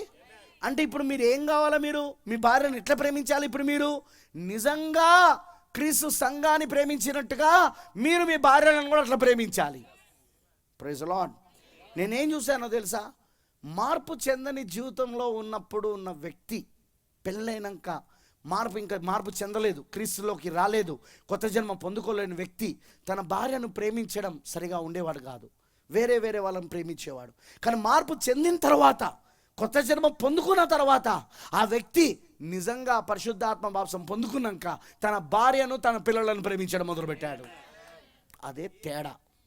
కొత్త జన్మ పొందుకున్నాడా లేదా అనేది ఇదిగో చిన్న టెస్ట్. ఇక్కడ ఎన్నో టెస్టులు ఉన్నాయి, అందులో ఒక చిన్న పరీక్ష. వితౌట్ మనీ, ఏ ల్యాబ్కి పోవాల్సిన అవసరం లేదు, చూసుకుంటే తెలిసిపోతుంది. నువ్వు కొత్త జన్మ పొందకముందు నీ భార్యను ఎట్లా ప్రేమించినావు, నీ భర్తకి ఎట్లా లోబడ్డావు. ఎందుకంటే స్త్రీల దగ్గరకు వచ్చినప్పుడు ప్రభువునకు వలె సంఘం ఎలాగైతే అన్ని విషయాలలో ప్రభువుకు లోబడుతున్నదో, స్త్రీలారా ప్రభువునకు వలె మీరు కూడా మీ భర్తలకు లోబడండి. టెస్టులు అన్నమాట ఇవన్నీ. నిజంగా మనం కొత్త జన్మ పొందుకుంటే, పరిశుద్ధాత్మ బాప్సం వస్తే, ఇవన్నీ మనకు ఆ లేఖనానుసారమైన విషయాలన్నీ మన జీవితంలో దేవుడు జరిగిస్తూ ఉంటాడు. ఆ పరిశుద్ధాత్మ ఏం చేస్తాడంటే ఈ లేఖనాన్ని తీసి మనలో నెరవేర్పు చేస్తాడు. శరీరధారం ఉన్నట్లు చేస్తాడు, రక్త మాంసం ఉన్నట్లు చేస్తాడు. అదే రుజువు అయి ఉన్నది నువ్వు పరిశుద్ధాత్మతో నింపబడ్డావు అనుటకు. అమనంటారా? ప్రవక్త అంటున్నాడు, క్రీస్తు కొరకు నిర్ణయం తీసుకోవడంలో కూడా అదే పద్ధతి ఉంటుంది. మీరు దేవుణ్ణి సేవించి ఆయనను మీ రక్షకుడిగా అంగీకరించబోతున్నారా లేదా అనేది మీరు మొదట నిర్ణయించుకోవాలి. ఏందట? మీరు దేవుణ్ణి సేవించి ఆయనను మీ రక్షకుడిగా అంగీకరించబోతున్నారా లేదా అనేది మీరు మొదట నిర్ణయించుకోవాలి. ఒక పాపి రక్షణలోనికి రావాలంటే ఫస్ట్ అతను తీసుకునే నిర్ణయం, ఆ నిర్ణయం ఏంటిది అంటే, నేను ఆయనను రక్షకుడిగా అంగీకరిస్తాను. ఆ తర్వాత ఇక నా జీవితాన్ని నేను దేవుడికి అంకితం చేసి ఇక ఆయనకు నేను సేవ చేస్తాను. సేవ చేస్తానంటే బైబిల్ పట్టుకొని తిరగడం కాదు, మళ్ళీ అది అపార్థం చేసుకునేరు. సేవ చేస్తా అంటే ఇక నేను కూడా మొదలు పెడతా సంఘము, లేదా సంఘంలో చీల్చి పక్కన సంఘం పెడతా, అది కాదు. సేవ అంటే వ్యక్తిగతంగా ఒక భార్య భర్తకి ఎట్లా సేవ చేస్తుందో అదేవిధంగా నువ్వు కూడా క్రీస్తుకు సేవ చేయాలి. నీ జీవితాన్ని అర్పించుడు ద్వారా, నువ్వు ఇతరులకు సాక్ష్యం చెప్పుడు ద్వారా, ఇతరులకు సువార్త చెప్పుడు ద్వారా, విశ్వాసం ఏం చేయాలి? ఇతరులకు సువార్త చెప్పాలా, ఇతరులకు సాక్ష్యం చెప్పాలా, తన బంధువులకు సాక్ష్యం చెప్పాలా, తన స్నేహితులకు సాక్ష్యం చెప్పాలా, తన రక్త సంబంధ సాక్ష్యం చెప్పాలా. అందరు నేను పిచ్చోడు అనుకున్నా పర్వాలే, అందరు నేను పిచ్చోడని పిలిచినా పర్వాలే, నేను క్రీస్తు కొరకు పిచ్చోడని అని చెప్పుకుని వెళ్ళాలా. అదే దేవుడికి సేవ చేయడం. నువ్వు పనిచేసే చోట, నీ ఆఫీసులో సాక్ష్యం ఇవ్వాలా, నువ్వు వ్యాపారంలో ఎక్కడైతే వ్యాపారం చేస్తున్నావు అక్కడ నువ్వు సాక్ష్యం ఇవ్వాలా. అర్థమైందా అని చెప్పింది? ప్రతి చోట నువ్వు సువార్త ప్రకటించాలా, సాక్ష్యం ఇవ్వాలా. అదే దేవునికి సేవ చేయడం అయి ఉన్నది. ఆమేన్. దేవుణ్ణి సేవించడం, ఆయనను రక్షకుడిగా అంగీకరించడం, అది మొదటి నిర్ణయం. ప్రవక్త అంటున్నాడు, మీరు లోకాన్ని సేవిస్తారా లేక క్రీస్తును సేవిస్తారా? మీరు మీ మనస్సు నిశ్చయించుకోవాలి, మీ మనస్సును నిశ్చయించుకోవాలి. ఒక నిర్ణయం అనేది జరగాలి. మీరు దేవుణ్ణి సేవిస్తారో లేక సిరిని అంటే ధనాన్ని సేవిస్తారో నిశ్చయించుకున్నప్పుడు అప్పుడు మీరు మీ ఎంపిక చేసుకుంటారు. కానీ నిర్ణయం మాత్రం ఖచ్చితంగా తీసుకోవాలి, ఖచ్చితంగా తీసుకోవాలి నిర్ణయం మాత్రం. ఆ తర్వాత మీరు ఆ నిర్ణయం తీసుకున్నాక నిశ్చితార్థం వస్తుంది, ప్రధానం వస్తుంది, ఎంగేజ్మెంట్. దానిని మీరు బలిపీఠం వద్ద కనుగొంటారు. నిశ్చితార్థం ఏంటిదట? ఇప్పుడు విశ్వాసీ జీవితంలో, ఒక పాపి జీవితంలో ఫస్ట్ పాప ఏం చేస్తున్నాడు? నేను ప్రభువుని నేను నా రక్షకుడిగా అంగీకరిస్తాను, యేసుక్రీస్తు నా రక్షకుడిగా అంగీకరిస్తాను, ఇక్కడ నుండి నేను ఆయనకు సేవ చేస్తా, ఇక్కడ నుండి నేను ఆయనకు సేవ చేస్తా. నిర్ణయం తర్వాత ఏంటిది? బలిపీఠం దగ్గరికి రావడం. బలిపీఠం దగ్గరికి రావడం ఏంటిది? అదే నిశ్చితార్థం, అదే నీకు ఎంగేజ్మెంట్, ప్రధానం. ఆ తర్వాత మీరు ఆ నిర్ణయం తీసుకున్నాక ప్రధానం వస్తుంది, దాన్ని మీరు బలిపీఠం వద్ద కనుగొంటారు. ఈ ఐక్యత ఏర్పడక ముందే ఒక నిశ్చితార్థం చేసుకోవాలి. ఐక్యత ఎక్కడ వస్తుంది అంటే పరిశుద్ధాత్మ బాప్తిజమంలా. బలిపీఠం దగ్గరనో నిశ్చితార్థం, బలిపీఠం దగ్గరనో ప్రధానం. ఈ ఐక్యత ఏర్పడక ముందే మీరు ఒక ప్రధానం చేసుకోవాలి. క్రీస్తు సంఘం విషయంలో కూడా అలాగే ఉంటుంది. క్రీస్తుతో ఒక ప్రధానం జరగాలి, అది ఒక వాగ్దానం, ఒక నిశ్చితార్థం, ఒక ప్రేమ వ్యవహారం. ఆమేనంటారా? ఒక ప్రేమ వ్యవహారం నిశ్చితార్థం అనేది. ఆమేన్. బలిపీఠం దగ్గర ఎవరు? దేవునితో నిర్ణయం అయిపోయింది. ఇప్పుడు నిశ్చితార్థం బలిపీఠం దగ్గరకు వచ్చి నువ్వు ఏం చేస్తున్నావు? నువ్వు అక్కడ ఒక ప్రేమ వ్యవహారాన్ని మొదలుపెట్టావు, ఒక వాగ్దానం చేస్తాను. ప్రభువా, ఇక్కడ నుండి నేను నీతోనే ఉంటా, ఇక నుండి నా జీవితం నీకు అంకితం, ఇక్కడ నుండి ప్రభువా ఇక నా పైన సంపూర్ణ అధికారం నీకు ఇచ్చేస్తానా. ఇప్పుడు ఏం జరగబోతుంది? ప్రమీలాకును ఆరోన్కి ఈ ప్రధానం అయిందనుకో, ఇప్పుడు మీరు ఏం చేస్తాను తెలుసా? వాగ్దానాలుగా ప్రమీల అంటుంది, ఆరోను ఇక నుండి నా జీవితం నీకే అంకితం, ఇక ఆరోన్ అంటాడు, ప్రమిళ నా జీవితం నీకే. మీకు అర్థమైందని అన్నది? అది వాగ్దానం అనమాట, ఒకరికొకరు వాగ్దానం చేసుకోవడం. ఆమేన్. అది ఒక ప్రేమ వ్యవహారం. ఆమేన్ అంటారా? ఆ తర్వాత విషయం ఏంటంటే చేయబడే వాగ్దానాలు. అప్పుడు వివాహంలో వాగ్దానాలు మొదలవుతాయి. ఒకరినొకరు వాగ్దానాలు చేసుకోవాలి, ఒకరికొకరు వాగ్దానం చేసుకోవాలి. అంటే మీరు ప్రమాణం చేసినట్టుగా, ప్రియులారా నువ్వు నన్ను వివాహం ప్రియురాలా నువ్వు నన్ను వివాహం చేసుకుంటే నేను నీకు నమ్మకస్తుడిగా మరి యథార్థంగా ఉంటానని వాగ్దానం చేస్తున్నాను. నేను ఏ ఇతర స్త్రీని కన్నెత్తి చూడను, లేదా నేను ఏ ఇతర పురుషుని చూడను. మరి ఒక భార్యగా నా బాధ్యతలన్నిటిని నెరవేరుస్తాను. మనకు పిల్లలు కలిగితే ఒక తల్లిగా నా బాధ్యతలు నెరవేరుస్తాను. నేను గృహిణిగా ఉంటాను. ఇది వాగ్దానాలు అన్నమాట. వివాహంలో, ఒక సరైన వివాహంలో ఆ వాగ్దానాలన్నీ చేయాలి లేదా చేయవలసి ఉంటుంది. ఆమేనంటారా? అలానే ఇప్పుడు క్రీస్తుతో ఎట్లుంటుందో చెప్తున్నాడు 86వ పారాగ్రాఫ్లో. మీరు క్రీస్తు వద్దకు వచ్చినప్పుడు కూడా అదే జరుగుతుంది. ప్రభువు నీవు నన్ను నీ రాజ్యంలోకి చేర్చుకుంటే నేను వాగ్దానం చేస్తున్నాను, ఇదిగో అక్కడే ఉంది విషయం. నేను నిన్ను ప్రేమిస్తాను, నేను నీకు నమ్మకంగా ఉంటాను, నేను పగలు రేయి నిన్ను సేవిస్తాను. మనం దీన్ని మర్చిపోవడం చాలా విచారకరం. మర్చిపోతున్నారు చాలామంది దేవునికి పగలు రాత్రులు సేవ చేస్తానన్న సంగతి, దేవునితో వాగ్దానం చేసిన సంగతి. నేను నిన్ను పగలు రేయి సేవిస్తాను, నేను ఉపవాసం ఉంటాను, నేను ప్రార్థిస్తాను, నేను నీకు విధేయుడనై ఉంటాను, నా దశమ భాగం నీ మందిరంలోనికి తీసుకొస్తాను, నేను రోజుకు చాలాసార్లు ప్రార్థిస్తాను, నేను ఏదైనా చేస్తాను, మరి నా ప్రేమనంతటిని నీకే అర్పిస్తానని ప్రమాణం చేస్తున్నాను. ఇది ఒక విశ్వాసి చేసే పని. ఇక్కడ భార్య భర్తలది ఇది అర్థమవుతుంది అందరికీ. మీరు చేయవలసింది అదే. మీరు ఆ వాగ్దానం చేయడం ముమ్మాటికి సరైనది, మరియు అది మీ హృదయపూర్వకంగా రావాలి. ఒకవేళ మీరు మీ భర్తకు వాగ్దానం చేసి అది మీ హృదయపూర్వకమైనది కాకపోతే మీరు ఆయనతో సరైన రీతిలో జీవించడం లేదు. ఒకవేళ మీ భర్తకు ఆ వాగ్దానం చేసి అది మీ హృదయపూర్వకమైనది కాకపోతే మీరు ఆయనతో సరైన రీతిలో జీవించడం లేదు. అది ఒక విధమైన కృత్రిమమైన లేదా జీవం లేని వ్యవహారంగా ఉంటుంది. కృత్రిమమే. అంతే. భార్య భర్తలు ఎట్లుంటారంటే పెళ్ళయింది కదా ఉండాలి, తప్పదు, కలిసి ఉండాలి. మరి ఏం చేస్తాం? సమాజం కోసమైనా కలిసి ఉండాలా, పిల్లలు పుడితే పిల్లల కోసమైనా కలిసి ఉండాలా, ఏం చేస్తాం మరి?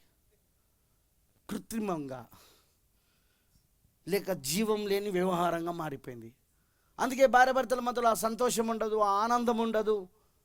వాళ్ళిద్దరి మధ్యలో ఆ ఆనందము, ఆ సంతోషము తన భార్యతో తను గడుపుతున్నప్పుడు, తన భర్తతో ఆమె గడుపుతున్నప్పుడు, కలిసి జీవిస్తున్నప్పుడు, కలిసి సావాసం చేసి అవన్నీ ఉండవు అక్కడ. ఎందుకు ఉండవంటే ఇప్పుడు వీళ్ళు ఏమైపోయారంటే ఒక కృత్రిమమైన దాంపత్యంలోనికి వెళ్ళిపోయారు.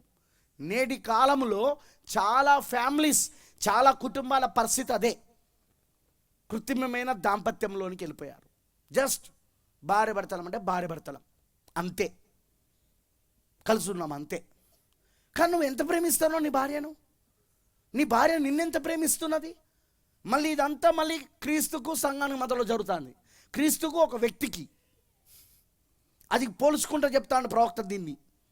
మరి మీరు జాగ్రత్తగా చూస్తే అదొక కృత్రిమమైన లేదా జీవం లేని వ్యవహారంలా ఉంటుంది. ఇక్కడ చూడండి, ప్రవక్త అంటాడు, ఇక్కడ ఒక ఎగ్జాంపుల్ చెప్తాడు. మీకు పనులు ఊడిపోయినాయి అనుకో, అమర్చుకున్న పనులను వాడుతుంటే సరే అది పర్వాలేదు. పనులు ఊడిపోయినప్పుడు ఇంకొక పన్ను పెడతాడుగా, డాక్టర్ పెడతాడుగా, అమర్చబడిన పన్ను, ఇది ఫాల్స్ టీత్ అంటారు దాన్ని ఇంగ్లీష్లో. ఆ అమర్చబడిన పన్ను అది పర్వాలేదు, మీకు ఒకప్పుడు ఉన్న పనులకు అది ప్రత్యామ్నాయంగా ఉంటుంది. కానీ వాస్తవానికి ఆ పనులు మీ శరీరంలో కలిసి లేవు, పెట్టుకున్నావు తప్ప అది కలిసి లేవు. మిగతా పనులు ఏవైతే లోపల నుండి వచ్చిందో అది శరీరంతో కలిసి ఉంటాయి. అవి మీకు అర్థమైందని చెప్పింది, అది మీలో భాగం కాదు. ఒకవేళ మీ చెయ్యి కత్తిరించబడి మీరు ఒక కృత్రిమమైన చెయ్యిని పెట్టుకుంటే ఆ చెయ్యి నిజానికి మీ శరీరంతో అనుసాదించబడలేదు. అది కేవలం మీపై తగిలించబడింది. చూసారా? అది మీలో అంతర్భాగం కాదు. అలాగే మనం క్రీస్తుకు ప్రమాణం చేసినప్పుడు ఒక స్త్రీ పురుషుల్లో ఎలా భాగమవుతుందో, ఒక పురుషుడు స్త్రీలో ఎలా భాగమవుతాడో, అలా మనం ఆయనలో భాగం కాకపోతే మనము కృత్రిమ క్రైస్తవులమే, ఆర్టిఫిషియల్ క్రిస్టియన్స్, కృత్రిమ క్రైస్తవులమే. మీరు నిజంగా స్త్రీని వివాహం చేసుకున్నట్లు కాదు. ఒకవేళ మీరు మీ భర్తను ప్రేమించకుండా ఆయనకు 60-70 ఏళ్ళు వచ్చాక కూడా మీరు ఆరంభంలో ప్రేమించినంత ప్రేమించకపోతే మీరు కేవలం ఆయన పిల్లలను పెంచుతున్నారే తప్ప మీరు నిజంగా ఆయనకు విధేయులై ఉన్నట్లు కాదు. ప్రేమ ఎట్లుండాలి అంటే తరిగిపోవద్దు. ఇంకో మెసేజ్లో అంటాడు ప్రవక్త, హనీమూన్ రోజు ఏ ప్రేమనైతే మీ మధ్యలో ఉన్నదో ప్రతిరోజు అదే ప్రేమ మీ మధ్యలో ఉండాలి. ఆమెనంటారా? ప్రతిరోజు మీ మధ్యలో అదే ప్రేమ ఉండాలి. ఆమేన్. హనీమూన్ రోజు నీ భార్య ఎట్లా కనబడుతుంది? అబ్బా ఎంత అందంగా ఉన్నదిరా. భర్త ఎట్లా కనబడతాడు? హ్యాండ్సమ్గా ఉన్నాడు, సూపర్. 60-70 ఏళ్ళు వచ్చినాక అట్లనే కనబడాలా. ఎట్లా కనబడాలా? అట్లనే కనబడాలా. అంతేగాని ప్రభాస్ కనబడొద్దు. అర్థమైందా? అంతేగాని వాళ్ళు ఎవరు కనబడొద్దు. నీ కనబడాల్సింది ఎవరంటే నీ భర్త హనీమూన్ రోజు ఎలాంటి వాడిగా ఉన్నాడో అలానే ఇప్పుడు నీ కనబడాలి. నీ భార్య అట్లనే కనబడాలా. అర్థమైందా అని చెప్పింది? అది అసలైన ప్రేమ. 60-70 ఏళ్ళ రావుడితోటే వీళ్ళ ప్రేమ చల్లారిపోతుంది. ఈరోజు అక్రమ సంబంధాలు ఎక్కువగా ఎవరికి తెలుసా? ఈ యవనస్తురాలకు కాదు. వాళ్ళు పెట్టుకోవట్లేదు అక్రమ సంబంధాలు. పెళ్ళయి పిల్లలు పుట్టి పిల్లలు పెద్దగైనా స్త్రీలు పురుషులు అక్రమ సంబంధాలు పెట్టుకుంటారు. ఎందుకు పెట్టుకుంటున్నారు? వాళ్ళకి ప్రేమ తగ్గిపోయింది. భార్య పైన భర్త పైన ప్రేమ పోయింది. They last. అది అసలైన ప్రేమ కాదది. అది అసలైన ప్రేమ కాదది. అలా మధ్యలో ప్రేమ తగ్గిపోవడం అసలైన ప్రేమ కాదది. వింటున్నారా? ఇప్పుడు ఆత్మీయంగా అప్లికేషన్ ఇద్దాం దానికి. ఆత్మీయంగా ప్రారంభంలో వచ్చినప్పుడు, దేవా నా జీవితం నీకు ఇస్తాను, నేను దేవా నన్ను నేను నీకు అర్పించుకుంటానా, దేవా నువ్వు లేకపోతే నేను బతకలేను. ఓ 2 ఏళ్ళ తర్వాత, దేవా ప్రార్థన ఇట్లా మారుతుంది ఇప్పుడు. దేవా నేను ప్రేమిస్తా, కానీ నాకు కొంచెం ఇది ఇస్తే ప్రేమిస్తా. నేను ఎప్పటికైనా ప్రార్థన చేస్తాను నాకు ఇది ఇవ్వమని. నువ్వు పలాంది ఇస్తలేవు, నాకు ఇంకా ఇవ్వవా ప్రభువా? ఏమైంది? మొదట్లో చేసిన ప్రార్థన, మొదట్లో ఉన్న ప్రేమ, మొదట్లో ఉన్న ఆ ఆప్యాయత, అనురాగం, అంటే దేవుడి పట్ల, వాక్యం పట్ల, ఆయన సేవ పట్ల ఉన్న ఆసక్తి, ఆయన పాస్టర్ గారితో కలిసి తిరుగుదామని తిరిగినావు. 5 ఏళ్ళ తర్వాత ఏమైంది ఇప్పుడు? ఇది అసలైన ప్రేమ కాదు. ఇది డమ్మీ ప్రేమ, ఇది దొంగ ప్రేమలు ఇవన్నీ. ఈవెన్ సేవకులు కూడా అంతే. ప్రారంభించేటప్పుడు, ఓ దేవా నీకోసం ఉప్పు బిస్కెట్లైనా తింటా, చెరువు నీళ్ళైనా తాగుతా, కానీ ప్రభువా నీకు మాత్రం సేవ చేస్తా. ఒక 5 ఏళ్ళ తర్వాత, బ్రదర్ 5 ఏళ్ళ నుండి చేస్తాను కానీ ఇంకా నాకు చర్చ రాలేదు బ్రదర్. 5 ఏళ్ళ నుండి సేవ చేస్తున్నా కానీ నాకు ఇంకా బండి దొరకలేదు బ్రదర్, బండి కొనుక్కోలేదు బ్రదర్. లవ్, మన ప్రేమ మారొద్దు అంటాడు ప్రవక్త. మొదట్లో ఏ ప్రేమ ఉందో దేవుని పట్ల, అదే ప్రేమ సంఘానికి ఉండాలి, సేవకుడికి ఉండాలి. ఆ మంట ఆరిపోకూడదు. హృదయంలోని ఆ మంట ఆరిపోకూడదు మనది. అలానే భార్య భర్తలు కూడా వాళ్ళ మధ్యలో ప్రేమ ఎట్లుండాలంటే, వాళ్ళు ఫస్ట్ టైం హనీమూన్లో కలిసి మనసిప్పి మాట్లాడుకున్నారు చూడు, అప్పుడు ఎలాంటి ప్రేమ నీ భర్త పట్ల నీ భార్య పట్ల చూపించావో అదే ప్రేమ కడదాకా ఉండాలా. ఒకవేళ మీరు మీ భర్తను ప్రేమించకుండా ఆయనకు 60-70 ఏళ్ళు వచ్చాక కూడా మీరు ఆరంభంలో ప్రేమించినంతగా ప్రేమించకపోతే మీరు కేవలం ఆయన పిల్లలను పెంచుతున్నారే తప్ప మీరు నిజంగా ఆయనకు విధేయులై ఉన్నట్లు కాదు. అది ఈరోజు ప్రాబ్లం. నేడు చాలా సంఘాలు అలాగే ఉన్నాయి. నేనంటలేనోయ్, ప్రవక్త అంటాండి ఇక్కడ, పాస్టర్లకు ప్రేమ పోయింది దేవుడి పైన, కేవలం వాళ్ళ పిల్లలను పెంచుతాండి అంతే, దేవుని పిల్లలను. కానీ అసలు దేవుడితో ఉండాల్సిన ప్రేమ పోయింది. మనం కేవలం క్రైస్తవ సంఘం అని పేరును పెట్టుకొని వధువుగా నటిస్తున్నాం. అది కేవలం కృత్రిమమైనది. మనం ఏ రకంగానూ క్రీస్తుతో అనుసంధానించబడి లేము, అంటే అంటుకట్టుబడి లేము. ఫాల్స్ టీత్, అదే పెట్టుడు పనులలాగా అయిపోయిన మనం కూడా. మనం ఒక కృత్రిమ పన్నులాగా, కృత్రిమ చెయ్యిలాగా, లేదా కృత్రిమ కన్నులాగా ఉన్నాం. చూసారా? మనం దాన్ని కేవలం పైకి తగిలించుకుంటే అది కృత్రిమమే అవుతుంది. క్రైస్తత్వాన్ని పైకి తగిలించుకోలేరు. మీరు దానితో అనుసంధానించబడాలి. ఆమేనంటారా? కేవలం కృత్రిమంగా ఉండి క్రీస్తు సంఘం అని పిలువబడే సంఘములో ఆ సంస్థ నుండి జన్మించిన పిల్లలు ఉండరు. వాళ్ళు క్రీస్తు పిల్లలు కాదు. వారు కేవలం మత శాఖలకు చెందిన పిల్లలు తప్ప క్రీస్తు బిడ్డలు కాదు. ఒక స్త్రీ తన భర్తతో యథార్థంగా అనుసంధానించబడకపోతే అతను ఆమెకు నిజమైన భర్త కాదు. ఆమె కేవలం ఒక పురుషునితో కలిసి జీవించడానికి ప్రమాణం చేసింది. అయితే ఆమె తప్పుడు ప్రమాణం చేసింది. ఆమె అతన్ని ప్రేమిస్తానని ప్రతిజ్ఞ చేసింది, ప్రేమిస్తున్నానని చెప్పింది, కానీ ఆమె అలా చేయలేదు. ఆ సమయంలో అంతా పురుషుడు మోసగించబడుతూనే ఉన్నాడు. సేమ్ భార్య భర్తలు, క్రీస్తు సంఘము క్రీస్తు సేమ్. అవునంటారా? కానీ ఒక్క విషయం మాత్రం ఖచ్చితం స్నేహితులారా, మనం క్రీస్తును మోసగించలేము. ఇక్కడ భర్తను మోసగించగలుగుతాం, భార్యను మోసగించగలుగుతాం, ఏది భౌతికంగా, కానీ క్రీస్తును మాత్రం మోసగించలేం. నో నో నో నో ఒక్క విషయం మాత్రం ఖచ్చితంగా స్నేహితులారా, మనం క్రీస్తును మోసగించలేం. తను వారెవరో ఆయనకు తెలుసు, తన వారెవరో ఆయనకు తెలుసు. కానీ మీరు చూస్తే మొదట నిర్ణయం తీసుకోవడం జరుగుతుంది, తర్వాత నిశ్చితార్థం, ఆ తర్వాత వాగ్దానం, ఆపై వివాహ వేడుక జరుగుతుంది. అప్పుడే వరుని పేరును ధరిస్తుంది. అప్పటి నుండి ఆమెకు తన సొంత పేరు ఉండదు, ఆమె వరుని పేరును తీసుకుంటుంది. ఫస్ట్ ఏంటిది? నిర్ణయం, ఎన్నిక, నిర్ణయం, ఇద్దరు నిర్ణయాలు తీసుకోవడం. రెండోది ఏంటిది? నిశ్చితార్థం, అదే ప్రధానం. మూడో ఏంటిది? వాగ్దానాలు, ప్రమాణాలు, ఒకరికొకరు వాగ్దానాలు, ప్రమాణాలు చేసుకోవడం. నాలుగోది ఏంటిది? వేడుక, వివాహ వేడుక. ఇది 4 వివాహం యొక్క పద్ధతి. ఇప్పుడు మనము ఉన్నది ఈరోజు ఏంటిదంటే, ఆల్రెడీ వీళ్ళిద్దరు అహరోను మరియు ప్రమీల, వీళ్ళిద్దరు ఇప్పుడు ఇక్కడ ఆల్రెడీ ఎన్నిక, నిర్ణయం 2 జరిగిపోయింది. అహరోను ఎన్నుకున్నాడని నేను అనుకుంటున్నాను ప్రమీలను. ఎవరైనా బలవంతం చేసిండా? ఎవరేం చేయలేదుగా, నువ్వే ఎన్నుకున్నావుగా ప్రార్థన చేసి. గుడ్ ప్రమీల, మరి నువ్వు కూడా చెప్పాలి. ఎవరైనా నిన్ను బలవంతం చేశారా చేసుకోమని, లేక నువ్వే నిర్ణయం తీసుకున్నావా అహరోన్ని చేసుకుంటానని? చెప్పాలి. నువ్వే నిర్ణయం తీసుకున్నావా? వెరీ గుడ్, ఫస్ట్ స్టెప్ అయిపోయింది. ఇప్పుడు సెకండ్ స్టెప్కి వెళ్ళొచ్చు మనం. రెండో స్టెప్ ఏంటిది? రెండో మెట్టు ఏంటిది? నిశ్చితార్థం, ఎంగేజ్మెంట్. ఈ ఎంగేజ్మెంట్ గురించి నేను ఒక చిన్న విషయాన్ని నేను మాట్లాడతాను. రెడీగా ఉన్నారా? ఎందుకంటే అది నేను చెప్పాలి. ఎందుకంటే ప్రాఫెట్ చెప్పాడు, నేను చెప్పాలి. ప్రవక్త అంటున్నాడు, మెసేజ్ పేరు ఇది కూడా, సహవాసమునకు ఆధారం, the basis of fellowship.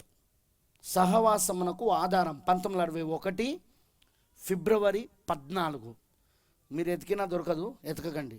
English వస్తే ఎత్తుకోండి, ఎందుకంటే ఇది తెలుగులో లేదు, నేను తెలుగులో చేసింది అది. సో నా కొటేషన్స్ చేసుకున్నాను నేను, చెప్పాలగా. అందుకే 142వ పారాగ్రాఫ్ ప్రవక్త అంటున్నాడు, మీరు కేవలం 3 గదుల ఇంట్లోనే నివసిస్తున్నారు. మీకు 3 లేదా 4 పడకల గదులు ఉండొచ్చు, 3 లేదా 4 వంట గదులు ఉండవచ్చు, అలాంటివి ఉండవచ్చు. కానీ వాస్తవానికి మీరు 3 గదుల ఇంట్లోనే నివసిస్తున్నారు. ఎవరైనా సరే ఎంత పెద్ద గదులున్నా, ఎన్ని గదులున్నా, నివసించేది మాత్రం 3 గదులే. ప్రవక్త ఇంకో మెసేజ్ అంటాడు, మనిషి కూడా 3 గదులు, శరీరము, ఆత్మ, ప్రాణం. దేవుడు కూడా 3 గదులు, బయట ఆవరణము, పరిశుద్ధ స్థలము, అతి పరిశుద్ధ స్థలం. అర్థమైంది అందరికీ? నేను చెప్పేది మీకు అర్థమవుతుందా? సో అలానే దేవుడు కూడా 3 కార్యాలయాలు, తండ్రి, కుమారుడు, పరిశుద్ధాత్మ, 3 కార్యాలయాలు ఆయన నివసించింది. ఆమేన్. ఇప్పుడు ప్రవక్త అంటున్నాడు, 3 గదులలోనే మనం నివసిస్తున్నాం. అయితే ప్రవక్త అంటున్నాడు, మీకు ఎన్నైనా ఉండొచ్చు గదులు, కానీ వాస్తవానికి మీరు 3 గదులు ఇంట్లోనే నివసిస్తున్నారు. అవి వంటగది, కిచెన్, రెండవది కూర్చునే గది, లివింగ్ రూమ్, మరియు మూడవది పడక గది, bedroom. Kitchen, living room, bedroom అంటే వంటగది, కూర్చునే గది మరియు పడక గది. అది నిజం. మీరు 3 గదుల ఇంట్లోనే నివసిస్తున్నారు. దేవుడు 3 గదుల ఇంట్లో నివసించాడు. తండ్రి, కుమారుడు, పరిశుద్ధాత్మ. మీరు 3 గదుల ఇంట్లో నివసిస్తున్నారు. ప్రాణము, దేహము మరియు ఆత్మ. ప్రాణము, దేహం మరియు ఆత్మ. ఇప్పుడు మీరు వంటగది, 143వ పారాగ్రాఫ్. ఇప్పుడు మీరు వంటగది, కూర్చునే గది మరియు పడక గది ఉన్న ఇంట్లో నివసిస్తున్నారు. మీరు మీ భార్యతో మాట్లాడేటప్పుడు మొదటి విషయం ఏమిటి? అది వంటగది భాగం. ఫస్ట్ ఏంటిదట? వంటగది భాగం అంటే సహవాసం చేయడం. సహవాసం అంటే భోజనం ఒకరితో ఒకరు కలిసి భుజించుట, సహవాసం చేయడం. సంగమునకు వచ్చే వ్యక్తిలాగే అతను వెనక కూర్చుంటాడు. అతను వాక్యాన్ని వినడానికి వచ్చినప్పుడు ఒకరితో ఒకరు కొంచెం సహవాసం చేస్తారు. అంటే తినడం, వాక్యం తినడం. వినడం ద్వారా విశ్వాసం కలుగుతుంది. వినడం అన్నా తినడం అన్నా గ్రీకు భాషలో ఒకే మాట వాడబడింది. బైబిల్ కొత్త నిబంధన గ్రీకు భాషలో, ఆత్మ గ్రీకు భాషలో రాయబడింది. వినడం అన్నా తినడం అన్నా గ్రీకు భాషలో ఒకే పదం. సో ఇక్కడ వినడం అంటే తినడం, తినడం అంటే వినడం. వినడం ద్వారా విశ్వాసం కలుగుతుంది. ఆ తర్వాత మరో గది, ప్రధానపు గది, నిశ్చితార్థపు గది. ఏందట? నిశ్చితార్థపు గది, ప్రధానపు గది, ఎంగేజ్మెంట్ రూమ్. సరే, చాలామంది తాము వంటగదిలోనికి వెళ్తే చాలు అదంతే అని అనుకుంటారు. లేదు, మీరు అప్పుడు కేవలం ఆహారాన్ని తీసుకుంటున్నారు. వంటగదిలేండి ఆహారం మాత్రమే. చర్చిలోకి వచ్చి ఏం చేస్తున్నావు? వాక్యం వింటున్నావు, ఆహారం తీసుకుంటున్నారు. కానీ చాలామంది అక్కడికి ఉంటే సరిపోతాయి అనుకుంటారు. చూడండి, మీకు ఆహారం అందించబడుతుంది. తరువాత గది నిశ్చితార్థపు గది. అక్కడ మీరు గదిలో మీ భార్యపై ఉన్న ప్రేమను వ్యక్తపరుస్తారు. నిశ్చితార్థపు గది ఏంటిదట? భార్యపై ఉన్న ప్రేమను వ్యక్తపరుస్తారు. అర్థమైందా? లివింగ్ రూమ్, కూర్చునే గది, అదేంటిది? భార్యపై ఉన్న ప్రేమను వ్యక్తపరచడం. ఆమేన్. అక్కడ మీరు మీ భార్యపై ప్రేమను వ్యక్తపరుస్తారు. కానీ ఆగండి, కొంతమంది అక్కడి వరకే వెళ్తారు, అంటే 2వ గది వరకే. కానీ గుర్తుంచుకోండి, తర్వాత గదిలోనికి వెళ్ళినప్పుడు అదే పడక గది. కేవలం సహవాసమే కాదు, సంబంధం ఏర్పడుతుంది. ఎందుకు? క్రీస్తు నీలోనికి వస్తాడు, నువ్వు క్రీస్తులోనికి వెళ్తావు. మీరు నా యందును నేను మీ యందును ఉన్నామని ఆ దినమున మీరు తెలుసుకుందరు. అది 3వ గది, పడక గది. అమనంటారా? సో ఇప్పుడు అహరోను, ప్రమీల ఎక్కడికి వచ్చిన్నారు? ఇప్పుడు వీళ్ళు సరిగ్గా ఇప్పుడు 2వ గది, లివింగ్ రూమ్. కరెక్టేనా? ఎంగేజ్మెంట్ ప్రధాన గది దగ్గర ఉన్నారు ఇప్పుడు వీళ్ళు. నెక్స్ట్ ఏం జరగబోతుంది? 3వ గదిలో, పడక గదిలో వివాహము జరిగినప్పుడు పురుషుడు తన తండ్రిని తల్లిని విడిచి తన భార్యను హత్తుకుంటాడు. వారిద్దరు ఏక శరీరం అవుతారు. అప్పుడు ఇద్దరు ఎలా ఉంటారంటే, నేను నీ శరీరం అని ఆమె చెప్పగలదు, నేను నీ శిరస్సునని ఈయన చెప్పగలడు. ఆమెనంటారా? నేను నీ శరీరం అని ప్రమీల అహరోను గురించి చెప్పగలదు, నేను నీ శిరస్సును అని ఇప్పుడు అహరోను ప్రమీలకు చెప్పగలడు. అది ఎప్పుడు? 3వ గదిలా. అర్థమైంది అందరికీ? మొదటి గది దగ్గర ఆగొద్దు, 2వ గది దగ్గర ఆగొద్దు, 3వ గది దాకా వెళ్ళాల నువ్వు. ఆమేన్, హల్లెలూయా. అర్థమైందా? రామని చెప్పండి. ఎందుకు? 3వ గదిలో ఏం జరుగుతుంది? రిలేషన్షిప్ ఏర్పడుతుంది, సంబంధం ఏర్పడుతుంది. ఇక్కడ క్రీస్తుకు నీకు మధ్యలో పరిశుద్ధాత్మ బాప్తిస్మము ద్వారా ఇక్కడ భార్య భర్తల మధ్యలో సంబంధం ఏర్పడుతుంది. ఆమేన్ అంటారా? నెక్స్ట్ నేను ఇంకో మెసేజ్ కూడా చదవగొడుతున్నాను. ఈ కొటేషన్ చదివి నేను ముగిస్తాను, జాగ్రత్త వినండి. అంటే ముగిస్తానంటే ఇక్కడ కొన్ని విషయాలు చెప్పాలి. ఇది ప్రవక్త చెప్పింది. 1923 డిసెంబర్ 16లో చెప్పాడు. మేము ఆయన నక్షత్రమును చూచి ఆయనను ఆరాధించుటకు వచ్చితిమి. 1923 12వ నెల డిసెంబర్ నెల 16వ తారీఖున చెప్పాడు. 66వ పారాగ్రాఫ్లో ప్రవక్త ఇలా అంటున్నాడు. ఆయన ఇలా అంటున్నాడు, ఇప్పుడు మనం ముందుకు వెళ్ళే ముందు నేను దీన్ని మీకు అందించాలనుకుంటున్నాను. తూర్పు దేశాలలో ప్రధానం నిశ్చితార్థం అనేది వివాహముతో సమానం. ప్రవక్త పశ్చిమ దేశాలలో ఉన్నవాడు, ప్రవక్త ఉన్న అమెరికా పశ్చిమ దేశాలు, అమెరికా పశ్చిమ దేశం, అది పశ్చిమం వైపు ఉన్నది. తూర్పు దేశాలని ఎందుకంటున్నాడంటే మనమున్నది తూర్పు దేశాలు, ఇజ్రాయెల్ కూడా తూర్పు దేశము. వింటున్నారా? బైబిల్ కూడా మొత్తము తూర్పు దేశాల యొక్క పద్ధతులు, ఆచారాలు, సాంప్రదాయాలతో రాయబడ్డది. ఎందుకు అంటే ఇజ్రాయెల్ దేశం, ఇప్పుడు పాత నిబంధన ఉంది. పాత నిబంధన ఏంటిదండి? ఇజ్రాయెల్ చరిత్ర. పాత నిబంధన ఏంటి చెప్పండి? 39 పుస్తకాలు ఏముంటుంది? మొత్తం ఇజ్రాయెల్ చరిత్ర. కరెక్టేనా కాదా? సో అక్కడున్న ఆచారాలు, సాంప్రదాయాలు, పద్ధతులన్నీ ఏంటిదవి? తూర్పు దేశాలవి. అందుకే ప్రాఫెట్ అంటున్నాడు, తూర్పు దేశములలో ప్రధానం అనేది వివాహముతో సమానం. అదే ప్రధానం.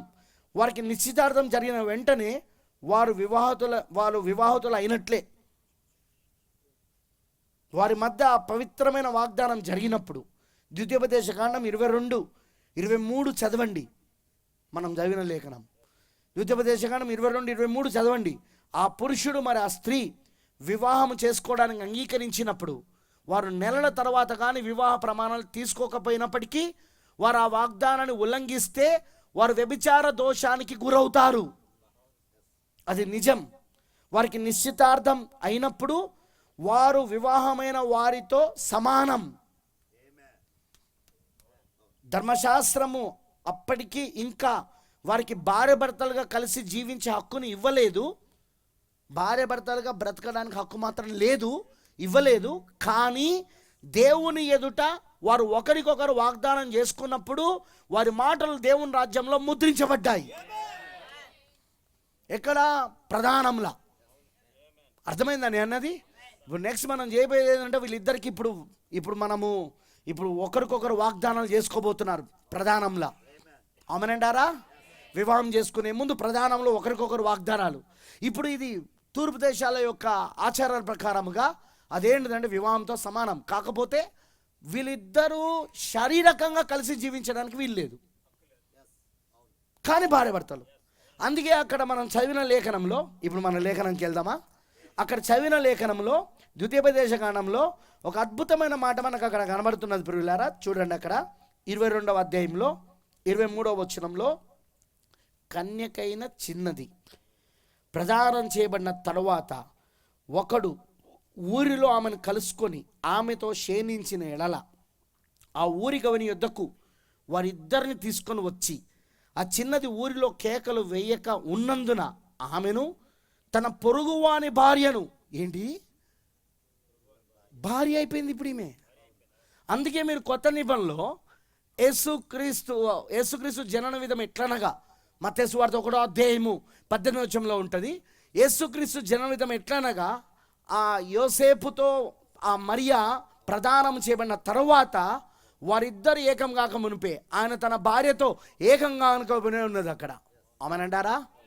అలానే యోసేపు ఆమెను విడిచిపెట్టి రహస్యంగా విడిచిపెట్టి వెళ్ళిపోవాలని అనుకున్నప్పుడు కళ్ళలో వచ్చిన ప్రభుదూత యోసేపుతో ఏమన్నాడంటే, నీ భార్య అయిన మరియను చేర్చుకొనుటకు నువ్వు వెనకాడొద్దు అంటాడు. భార్య, పెళ్లి కాలేదు కానీ భార్య. మీకు అర్థమైందని అన్నది? అర్థమైన వాళ్ళందరూ ఆమె చెప్పండి. వివాహం కాలేదు కానీ భార్య. ఓన్లీ వీళ్ళిద్దరూ ఏకం అవ్వడానికి ఇచ్చే అధికారము వివాహం ఇస్తుంది. కానీ ప్రధానం దగ్గరకు వచ్చినప్పుడు వీళ్ళు భార్య భర్తలే. అందుకే ఇక్కడ లేఖనంలో ద్వితీయోపదేశకాండంలో మనం ఏం చూస్తున్నామంటే ఈ 22వ అధ్యాయంలో భార్య అని చూస్తున్నాం మనం ఇక్కడ. ఆమెనంటారా? హల్లెలూయా, ఆమేన్. ఆమె ఏంటిదట? ఆమె తన పొరుగువాని భార్యను అవమానపరిచినందున ఆ మనుషుణ్ణి రాళ్లతో చావగొట్టవలను, అట్లు ఆ చెడుతనమును మీలో నుండి పరిహరించుదురు. ఒకడు ప్రదానం చేయబడిన చిన్నదాన్ని పొలంలో కలుసుకున్నప్పుడు ఆ మనుషుడు ఆమెను బలిమిని బట్టి, అంటే బలవంతం చేయడం, రేప్ చేయడం, బలిమిని బట్టి ఆమెతో శయనించిన ఎడల ఆమెతో శయనించిన మనుషుడు మాత్రమే చావవలెను. ఎందుకు? రేప్ చేశాడు, బలిమి చేశాడు, బలాత్కారం చేశాడు. ఫస్ట్ దాంట్లోనో ఆమె సమ్మతంతోనే అతనితో శయనించింది, అందుకే ఇద్దరిని రాళ్లతో కూడా చంపాలా. సెకండ్ దాంట్లోనో ఆమెకి ఇష్టం లేదు, తనకు ఆల్రెడీ ప్రధానమైంది, ఇంకొకరి భార్యగా ఉన్నది, అయినా వీడు బలిమి చేత అయినా వీడు బలాత్కారం చేత ఆమెను బలాత్కరించాడనుకో, అప్పుడు ఏం కావాలంటే అదిగో వాణ్ణి బలాత్కరించిన వాణ్ణి మాత్రమే రాళ్ళతో కూడా చంపాలి. మొదటి కేసులో ఇద్దరిని, రెండో కేసులో ఒక్కడిని. ఎందుకు? కారణం ఏంటిది? ఆ చిన్నదాన్ని ఏమీ చేయకూడదు, ఆ చిన్నదాని యందు మరణపాత్రమైన పాపము లేదు. ఒకడు తన పొరుగువాని మీదకి లేచి ప్రాణహాని చేసినట్టు ఇది జరిగినది.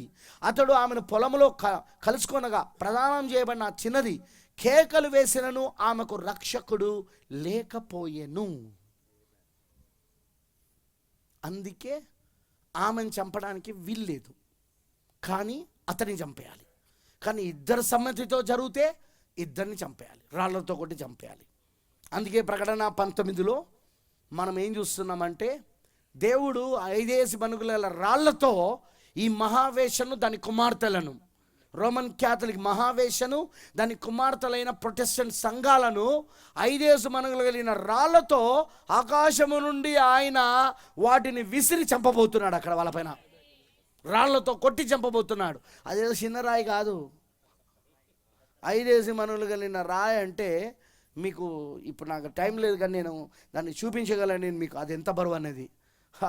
అది వేస్తే వాడు పచ్చడే, అది పడ్డదనుకో వాడు భూమిలోకి పోతాడు, అంతే. ఇక భూమిలో పచ్చడే పోయి ఉంచాడు.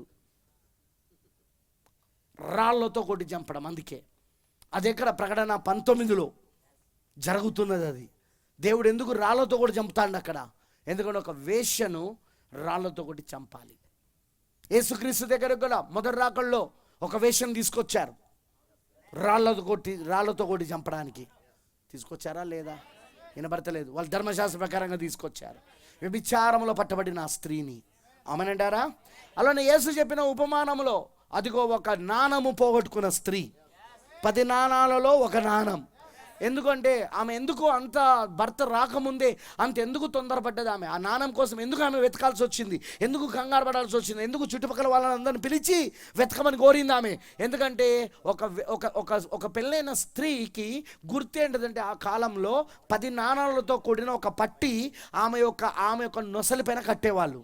ఒకవేళ ఆమె తన భర్తతో నమ్మకంగా ఉండకుండా ఆమె ఇంకెవరైనా పురుషునితో అక్రమ సంబంధం పెట్టుకొని అది కనుక రుజువు చేయబడితే అప్పుడు ఆ 10 నాణాలలో ఒక నాణం తీసేస్తారు. 9 నాణాలు. 9 నాణాలు ఉన్నాయంటే ఆమె భర్తకు నమ్మకంగా జీవించని ఒక అపవిత్రమైన స్త్రీ, ఒక వేశ్య అని పరిగణించబడుతుంది అక్కడ.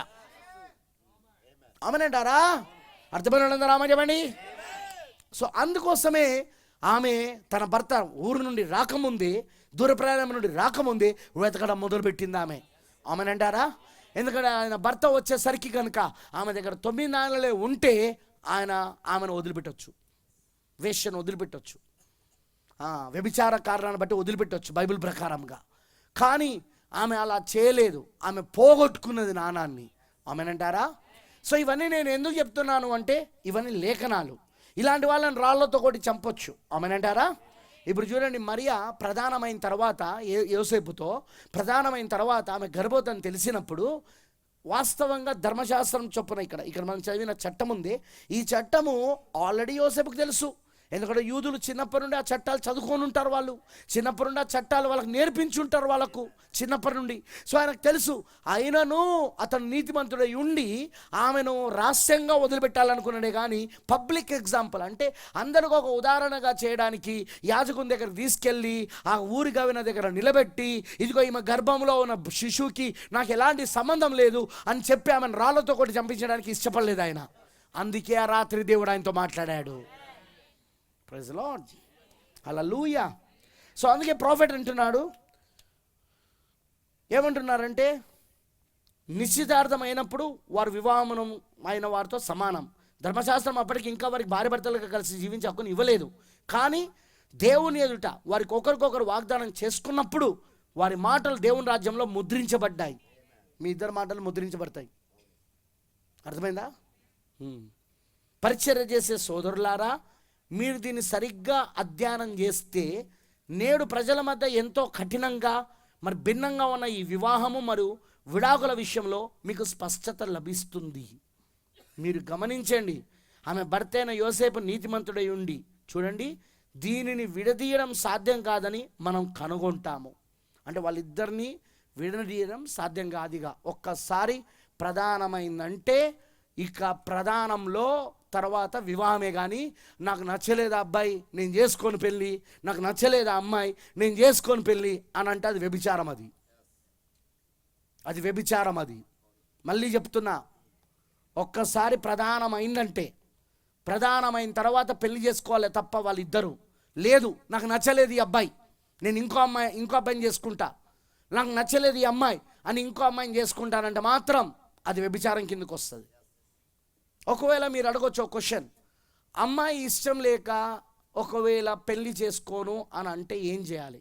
అప్పుడు ఏ దోషము పురుషుడిపైకి రాదు, అమ్మాయే వదిలిపెట్టిపోతుంది కాబట్టి ఆ పురుషుడు ఇంకొకరిని పెళ్లి చేసుకోవచ్చు.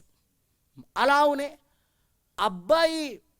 అబ్బాయి కూడా ఆ ప్రధానమైన తర్వాత నేను ఆ అమ్మాయిని ఇష్టపడతలేను, నేను ఆ అమ్మాయిని విడిచిపెడుతున్నాను, నాకు ఇష్టం లేదు అని అన్నాడు అనుకో, అప్పుడు ఆ అమ్మాయిది కూడా ఏ దోషం లేదు. ఆ అమ్మాయి చేసుకుంటానంట ఆ అబ్బాయిని, కానీ ఆ అబ్బాయి ఇష్టపడతలేడు. అంటే ఇక్కడ తప్పంతా ఎక్కడ జరిగిందంటే ఫస్ట్ స్టెప్లో ఎన్నిక నిర్ణయం, అక్కడ తప్పు జరిగింది వీళ్ళిద్దరిది.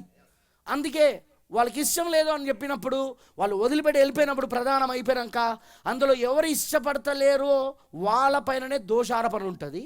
ఎవరైతే లేదు నాకు ఇష్టమే నేను చేసుకుంటాను అంటానో వాళ్ళకు దోషం రాదు, వాళ్ళపైన దోషం రాదు.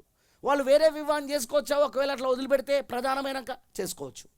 కానీ నాకు ఇష్టం లేదు నేను వెళ్ళిపోతున్నాను అని వెళ్ళిపోతాడు చూడు, అతను మాత్రం ఇంకొకళ్ళని చేసుకోవడానికి లేదు. ఇక ప్రధానమైన తర్వాత నాకు ఆ అమ్మాయి ఇష్టం లేదు నేను ఇంకొకళ్ళని చేసుకుంటానని వెళ్ళి ఆ అమ్మాయిని వదిలిపెడితే అతను ఇంకొకళ్ళని చేసుకోవడానికి వీలు లేదు. వదిలిపెడితే చేసుకుంటే వ్యభిచారం. ఆ అమ్మాయి ఒకవేళ నాకు అతను ఇష్టం లేదు, నాకు ఆ అబ్బాయి ఇష్టం లేదు కాబట్టి నేను ఇప్పుడు ఇంకొక అబ్బాయిని పెళ్లి చేసుకుంటాను, నాకు ఈ అబ్బాయి వద్దు అని వదిలిపెడితే ఇప్పుడు ఆ అమ్మాయి పైననే ఆ దోషం వస్తుంది. కానీ ఆ అమ్మాయి కూడా పెళ్లి చేసుకోవడానికి వీలు లేదు, జీవితాంతం ఒంటరిగానే ఉండాలి. ఒకవేళ పెళ్లి చేసుకుంటే అది వ్యభిచారం. ఇంకో విషయం చెప్పాలా, అలా విడనాడబడిన దానిని ఎవరైనా పెళ్లి చేసుకుంటే చేసుకున్నటోడు కూడా వ్యభిచారం చేస్తున్నాడు. అర్థమైందని అన్నది అందుకే ప్రధానం దగ్గరకు వచ్చినప్పుడే మేము హెచ్చరికలు జారీ చేస్తాం. పెళ్ళికి రెడీగా ఉన్నావా? అట్లయితేనే ప్రధానంకు రా, లేకపోతే లేదు. ఇంకొందరు ఏం చేస్తారో తెలుసా, ప్రధానం వద్దు పాస్టర్ గారు, డైరెక్ట్ పెళ్ళి. ప్రవక్త చెప్పిన క్రమానికి, బైబిల్ చెప్తున్న క్రమానికి వ్యతిరేకం. అది బైబిల్ క్రమానికి వ్యతిరేకం, ప్రవక్త చెప్పిన క్రమానికి వ్యతిరేకం. ఇంకొందరు ఏమంటారో తెలుసా, పాస్టర్ గారు డబ్బులు ఖర్చు అయితే పాస్టర్ గారు ఎట్లా 10 రోజులలో పెళ్లి పెట్టుకుంటాను, అట్లాంటప్పుడు ఇప్పుడు మళ్ళీ వీళ్ళంతా ప్రధానం ఇవన్నీ అవసరమా? లేదు ఇక్కడ డబ్బులు ఖర్చు కాదు, లేఖనం వాక్యం దాటకూడదు మనం. అందుకే మనం ఖచ్చితంగా ప్రదానము చెయ్యాలి. ప్రదానం చేయకుండా పెళ్లి చేయడానికి వీలు లేదు. ప్రదానం చెయ్యాలి, ఆ తర్వాత పెళ్ళి, వివాహము.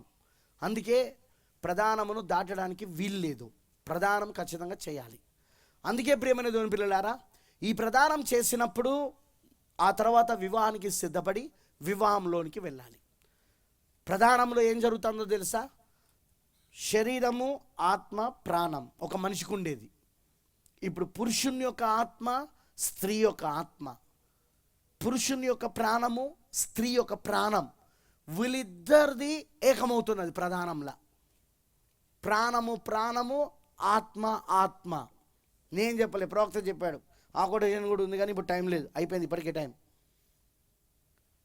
ప్రాఫిట్ అంటాడు, ప్రధానంలో ఏం జరుగుతుందంటే ఆ పెళ్లి కుమారుని యొక్క ప్రాణము, ఆత్మ, ఇటు పెళ్లి కుమార్తె యొక్క ప్రాణం, ఆత్మ, వీళ్ళిద్దరిది ఒకటవుతున్నది. వివాహంలో ఏం జరుగుతున్నది అంటే శరీరం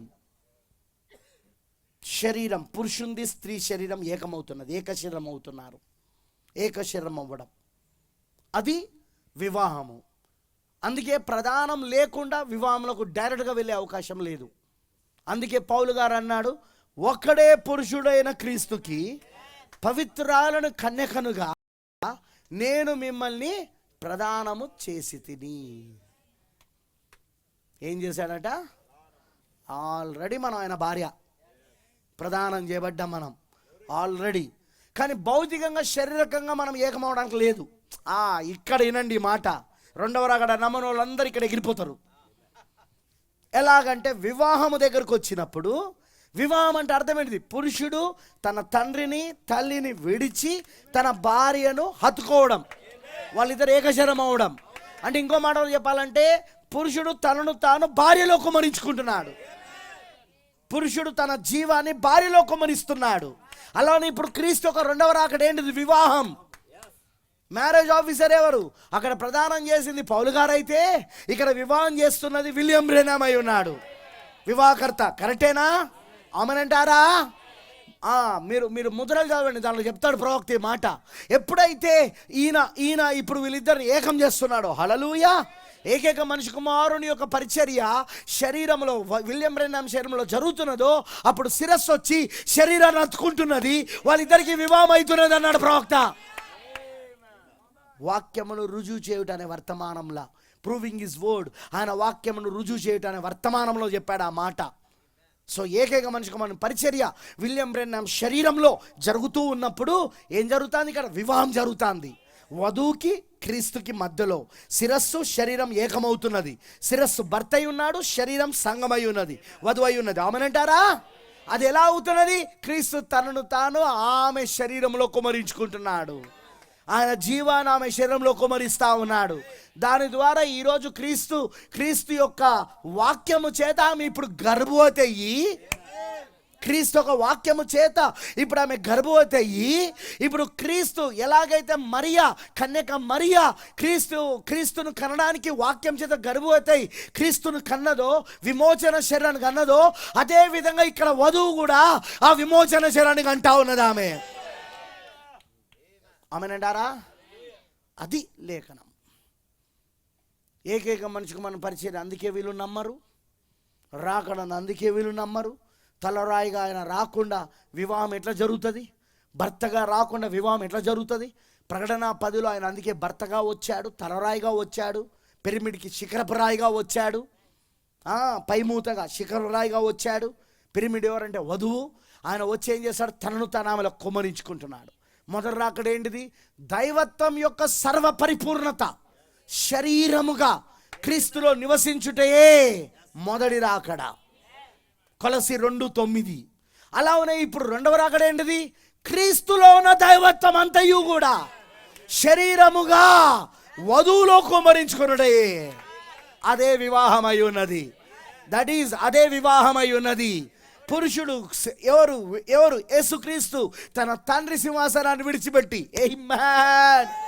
ఆయన 5వ అధ్యాయంలో, ప్రకటన 5వ అధ్యాయంలో తండ్రి సింహాసనాన్ని విడిచిపెట్టి, ప్రకటన 10వ అధ్యాయంలో ఆయన తన భార్యలో కుమ్మరించుకోవడానికి, తన సంఘములో కుమ్మరించుకోవడానికి, తన వధువులో కుమ్మరించుకోవడానికి ప్రకటన 10లో వచ్చి ఆయన కుమ్మరించుకుంటా ఉన్నాడు. ఇప్పుడు ఆయన దైవత్వం అంతా ఇప్పుడు ఆమెలో కుమ్మరించబడతా ఉన్నది. అదిగో అదే వివాహము. పురుషుడు తన తండ్రిని విడిచిపెట్టి వచ్చాడు. ఇప్పుడు తండ్రిని విడిచిపెట్టి వచ్చేసాడు. ఇప్పుడు ఆయన వచ్చి ఏం చేస్తున్నాడు? వధువులో కుమ్మరించుకుంటున్నాడు. అది వివాహము. అదే వివాహము ఆ పరలోక సంబంధమైన ఆ వివాహమునకే అదిగో ఈ భూ సంబంధమైన వివాహము సాదృశ్యంగా ఉంది. అవునంటారా? సో అందుకే ఫస్ట్ ఎన్నిక నిర్ణయం, పురుషుడు ఎన్నిక, స్త్రీ నిర్ణయం, ఇద్దరు నిర్ణయించుకోవడం. సెకండ్ ఎంగేజ్మెంట్, ప్రధానము. థర్డ్ నిశ్చితార్థం. థర్డ్ వాగ్దానాలు, వివాహంలో వాగ్దానాలు. ఫోర్త్ 4వది వేడుక, విందు. వివాహ వేడుక, వివాహ విందు. వింటున్నారా? అది విధానం. సో ఇప్పుడు అదే విధానంలో ఇక్కడ జరుగుతున్న నాకు చాలా ఆనందంగా ఉన్నాయి. ఎందుకంటే ఇలాంటి జరగని వివాహాలు కూడా ఎన్నో ఉన్నాయి. ఎండ్ టైం మెసేజ్లో ఇలా జరగని వివాహాలు, ప్రవక్త చెప్పిన క్రమము లేని వివాహాలు ఎన్నో జరిగినాయి, జరుగుతున్నాయి కూడా ఇంకా. కానీ ఇక్కడ మాత్రం అలా జరగట్లేదు. దేవుని కృపను బట్టి ప్రవక్త చెప్పిన విధానంలో, బైబిల్ చెప్పిన విధానంలోనే ఇక్కడ వివాహం జరుగుతున్నది. అందులో ఫస్ట్ స్టెప్ వాళ్ళిద్దరు తీసేసుకున్నారు. సెకండ్ స్టెప్ ఇప్పుడు అదే ఎంగేజ్మెంట్లోకి మనం వెళ్తున్నాం. Let's pray. ప్రార్థించుకుందాం, చిన్న ప్రార్థన చేసుకుందాం. ఎందుకంటే ఇప్పుడు మనకు వివాహ ప్రమాణాలు ఉన్నాయి, అవి మనం చేయబోతున్నాము. Thank you lord. Let's pray. పరిశుద్ధుడా, సర్వశక్తిమంతుడా, కృపామడివైన తండ్రి, నీకు వందనాలు ప్రభువా. అద్భుతమైన వర్తమానము ఈ రాత్రి మాకు ఇచ్చావు ప్రభువా. అటు ఆత్మ సంబంధంగా వివాహము, పరలోక సంబంధమైన వివాహము, ఇటు భూలోక సంబంధమైన వివాహము, రెండు చక్కగా మాకు వివరించావు. ప్రవక్త బ్రెన్హామ్ గారి ద్వారా ఆ మర్మమంతా మాకు బయలుపరిచావు. అదే మర్మములను ఇప్పుడు నువ్వు పరిశుద్ధాత్మ ద్వారా నువ్వు మాతో మాట్లాడి మాకు బయలుపరిచావు దేవా. అందరూ బట్టి నీకు వందనాలు దేవా. వివాహం అనేది ఒక మర్మమై ఉన్నది. Yes, marriage is a mystery. వివాహం అనేది ఒక మర్మమై ఉన్నది. బైబిల్ అంతా కూడా కుటుంబమై ఉన్నది. Yes, the mystery of family. అవును ప్రభు, ఆ కుటుంబము యొక్క మర్మం అది. బైబిల్ అంటేనే ఒక కుటుంబం యొక్క మర్మం అది. అవును ప్రభువా, నీ కుటుంబం యొక్క మర్మము, నీ కుటుంబం యేసుక్రీస్తు కుటుంబం, యేసుక్రీస్తు కుటుంబం యొక్క మర్మం అది. అదే ఇప్పుడు ఇక్కడ భూమిపైన ఛాయగా, నీడగా, సాదృశ్యంగా మా కుటుంబాలు జరుగుతున్నాయి. ఓ దేవా, ఈరోజు వచ్చిన పిల్లలందరినీ దీవించు. ఖచ్చితంగా ముఖ్యంగా సోదరుడు అహరోన్ని, అలానే సోదరి ప్రమీలాను ఆస్వాదించు. సోదరుడు అహరోను ప్రమీలాను వివాహం చేసుకోవడానికి ఎన్నుకున్నాడు, నిర్ణయం తీసుకున్నాడు. ప్రమీల సోదరుడు అహరోన్ యొక్క ఎన్నికను చెప్పినప్పుడు ప్రమీల కూడా ప్రభువా పెళ్లి కుమార్తెగా ఉన్న ఆ అమ్మాయి కూడా ఇదిగో తన నిర్ణయాన్ని తెలియజేసింది, చేసుకుంటానని చెప్పి. ఇప్పుడు అందుకే వారు ఇప్పుడు రెండవ స్టెప్లోకి, రెండవ మెట్టులోనికి వచ్చారు. వాళ్ళు ఇప్పుడు అదే ప్రధానమై ఉన్నది. మరి ప్రభువా, స్థానిక సంఘ కాపరి పాస్టర్ మోషే గారి ఆధ్వర్యంలో, ఇదిగో వారి సంఘం ఆధ్వర్యంలో, అలా ఇక్కడ అనేక మంది దైవజనులు వచ్చి ఉన్నారు. ఇక్కడ వాళ్ళందరి ఆధ్వర్యములో ప్రభు బంధుమిత్రులు, శ్రేయాభిలాషులు, రక్త సంబంధికులు, ఇలా అనేకులు ఉన్నారు ప్రభు. ఇక్కడ వాళ్ళందరి ఆధ్వర్యంలో ఈ కార్యక్రమం జరుగుతుండగా నువ్వు దీవించి ఆస్వాదించమని, మరి ఈ ప్రమాణములకు ఎంత పవిత్రత ఉన్నదో, ఈ నిశ్చితార్థంలోని ప్రధానంలోని ప్రమాణాలకు కూడా ఎంత ప్రాముఖ్యత, ప్రధానత్వం ఉన్నదో వాళ్ళు అర్థం చేసుకునే కృపను దయచేయమని, ఆ ప్రత్యక్షత వాళ్ళకి ఇవ్వమని, ఆ అవగాహన వాళ్ళకి ఇవ్వమని నీకు పూర్తిగా సమర్పిస్తూ యేసుక్రీస్తు నామములో ప్రార్థిస్తున్నాము. ఆమేన్. మహాపరిశుద్ధానికి వందనాలు తెలియజేస్తున్నాం. ఈరోజు తండ్రి అహరోను ప్రమీల ఎంగేజ్మెంట్ యొక్క ఈ కార్యక్రమం అద్భుతంగా మీరు జరిగించారు ప్రభువా. తండ్రి, వాక్యముతో నీ బిడ్డలను ప్రభువా ముడివేసిన గొప్ప దేవుడు ప్రభువా. తండ్రి, భూమి మీద నీ యొక్క వాక్య క్రమమును చేయటానికి మేము వచ్చాము. అందులోనే మాకు జీవం ఉన్నది ప్రభువా. ఈరోజు ఆ జీవమును పొందుకోవటానికి ఆ బిడ్డల కృప చూపావు. అద్భుతమైన వర్తమానం ఏదైతే చెప్పిందో ప్రభువా, వారి నిర్ణయాలు కరెక్ట్గానే ఉన్నాయని ప్రభువా వారు ఆనందించే కృపించావు ప్రభువా. అద్భుతమైన వర్తమానంతో మమ్మల్ని దర్శించి ఆ హృదయాలను నింపిన గొప్ప దేవుడు ప్రభువా. నీ పాదములకు లెక్కింపైన స్తుతులు ప్రభువా. మేము భూమి మీద ఉన్నదే ఉన్న వాక్యం ఉన్నట్టుగా చేయటానికే ప్రభువా. ఎందరికో ఈ భాగ్యం లేదు, మాకైతే ఈ భాగ్యం ఇచ్చినందుకు స్తోత్రము తండ్రి. నాయన, నీ వాక్యమును మహిమపరిచే భాగ్యం మాకిచ్చావు, నీ వాక్యమును ఘనపరిచే భాగ్యం మాకిచ్చావు ప్రభువా. ఎందుకంటే మీరు వాక్యము ద్వారానే ఆనందిస్తారు తండ్రి. దేవ, మరి ఇంకా మరొక విధంగా మీరు ఆనందించాలని మేము నేర్చుకున్నాం. ఈరోజు ప్రభు జరిగిన నైనా ఈ కార్యక్రమం జరుగుతున్న ఈ కార్యక్రమం ద్వారా మీరు బహుగా ఆనందిస్తున్నందుకు స్తోత్రములు తండ్రి. మిగతా కార్యక్రమం ఉంది ప్రభు, అద్భుతమైన వర్తమానం ఇచ్చినందుకు స్తుతులు ప్రభు. ప్రతి మాట మాలో అవి 100 ఫలించే కృప దయచేయండి. మిగతా కార్యక్రమం కూడా ఉంది ప్రభు. ప్రమీల, అహరోను తండ్రి బిడ్డలతో నాయన, వారి మనస్సులు, వారి హృదయాలు, వారి ఆత్మలు ఏకమైనవి.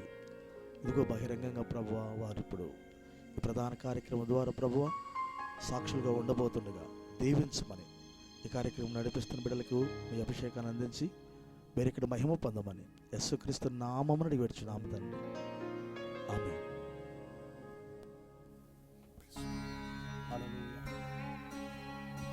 హల్లెలూయా. ప్రార్థన చేసినటువంటి దైవజనులు దేవుడు దీవించును గాక. అదేవిధంగా మరి ముఖ్యంగా ఈ యొక్క ఎంగేజ్మెంట్ కార్యక్రమానికి మరి ముఖ్య అతిథులుగా మరియు బ్రదరు అహరోను, సిస్టర్ ప్రమీల యొక్క ఇద్దరికి కూడా ప్రధానత్వం ధరిపించడానికి మన మధ్య దైవజనులు పాస్టర్ కేవి మార్క్ గారు వరంగల్ పట్టణం నుండి మన మధ్యకి వచ్చారు. మరి ఈ సమయాన్ని ఆ ప్రధానత కార్యక్రమం జరిపించడానికి ఈ సమయాన్ని మనం మనకు అప్పగించుకుందాం. Thank you brother. God bless you my brother. God bless you. ఇది జరపండి, కొంచెం ఇట్లా జరుపుతాం. జరిపించుకుందాం. మన మధ్యలో ఉన్న పెళ్లి కుమారుడు మరి సోదరుడు ఆరోన్ని పెళ్లి కుమార్తె ప్రమీలను నేను వేదికపైకి ఆహ్వానిస్తున్నాను. చప్పలు కొట్టండి బ్రదర్ గారు కూడా. రామ్మ ప్రమీల, ఇక్కడ ఇక్కడ ముందు ముందు ఆ ముందు నిలబడి, ఇక్కడ నిలబడి.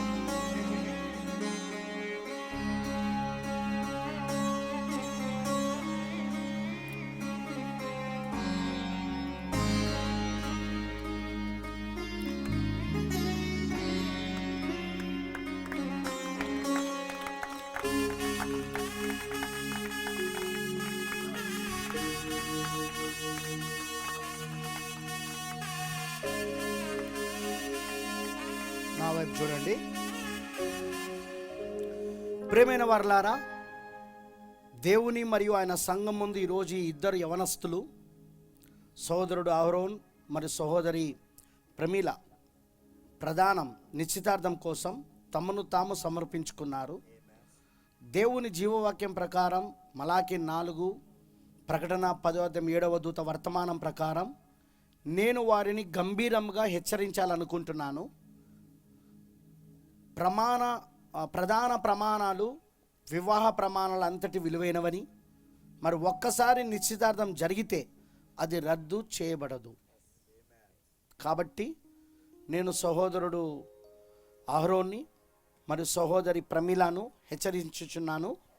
మీరు సర్వశక్తిమంతుడైన దేవుని సన్నిధిలో ఉన్నారని గ్రహించి పూర్తి మరియు స్పష్టమైన మనస్సాక్షితో ఈ ప్రమాణాలను కొనసాగించండి.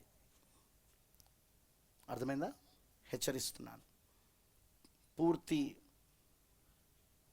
మరియు స్పష్టమైన మనస్సాక్షితో ఈ ప్రమాణాలను మీరు కొనసాగించాలి. వీరిద్దరికీ దేవుడు జ్ఞానం ప్రసాదించేలాగా మనం ప్రార్థన చేద్దాము. ఎవరన్నా ఒక పాస్టర్ గారు, పాస్టర్ అబ్రహాం గారు వచ్చి ప్రార్థిస్తారు.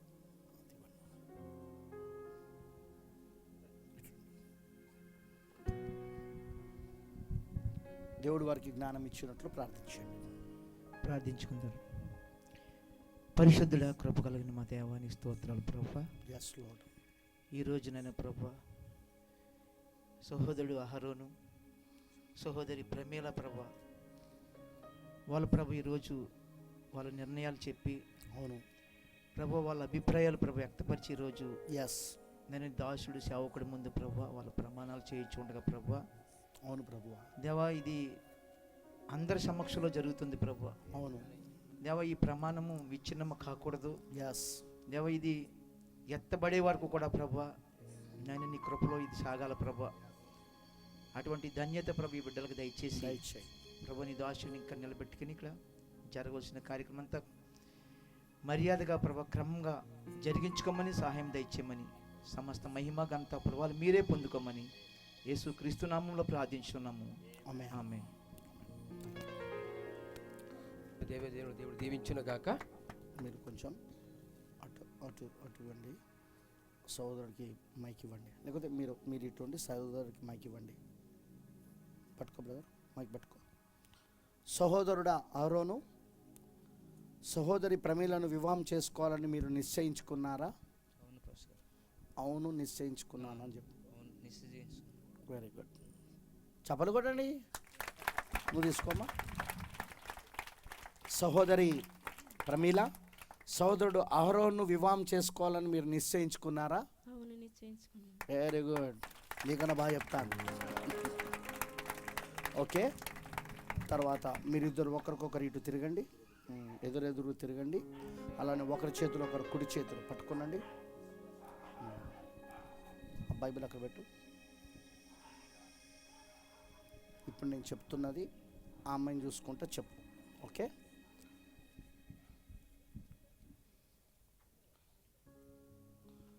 సహోదరుడైన నేను అహరోను సహోదరుడైన నేను అహరోను ఈరోజు ఈరోజు ఫిబ్రవరి 10వ తారీఖున ఫిబ్రవరి 10వ తారీఖున మన ప్రభు సంవత్సరము మన ప్రభు సంవత్సరం 2026 నాడు 2026ను మన ప్రియమైన ప్రభువైన యేసుక్రీస్తు మన ప్రియమైన ప్రభువైన యేసుక్రీస్తు మరి ఆయన జీవం గల సంఘం ముందు, ఆయన జీవంగలమైన సంఘం ముందు సహోదరి ప్రమీలైన నీకు సహోదరులైన ప్రమీలను నీకు వాగ్దానం చేస్తున్నాను. వాగ్దానం చేస్తున్నాను. నీవు నన్ను వివాహం చేసుకుంటే నీవు నన్ను వివాహం చేసుకుంటే నేను నిన్ను నా ప్రియమైన భార్యగా నా ప్రియమైన భార్యగా తీసుకుంటాను, మరి నీతోనే ఉంటాను. నీతోనే ఉంటాను. నేను నిన్ను జాగ్రత్తగా చూసుకుంటాను, నేను నిన్ను జాగ్రత్తగా చూసుకుంటాను, ప్రేమిస్తాను ప్రేమిస్తాను, మరియు నా సర్వస్వము నీకిస్తాను. ఇది పవిత్రమైన ప్రమాణమని తెలుసుకొని ఇది పవిత్రమైన ప్రమాణమని తెలుసుకొని నేను ఇకపై ఇటు అటు చూడను. అందుకే చూడటు.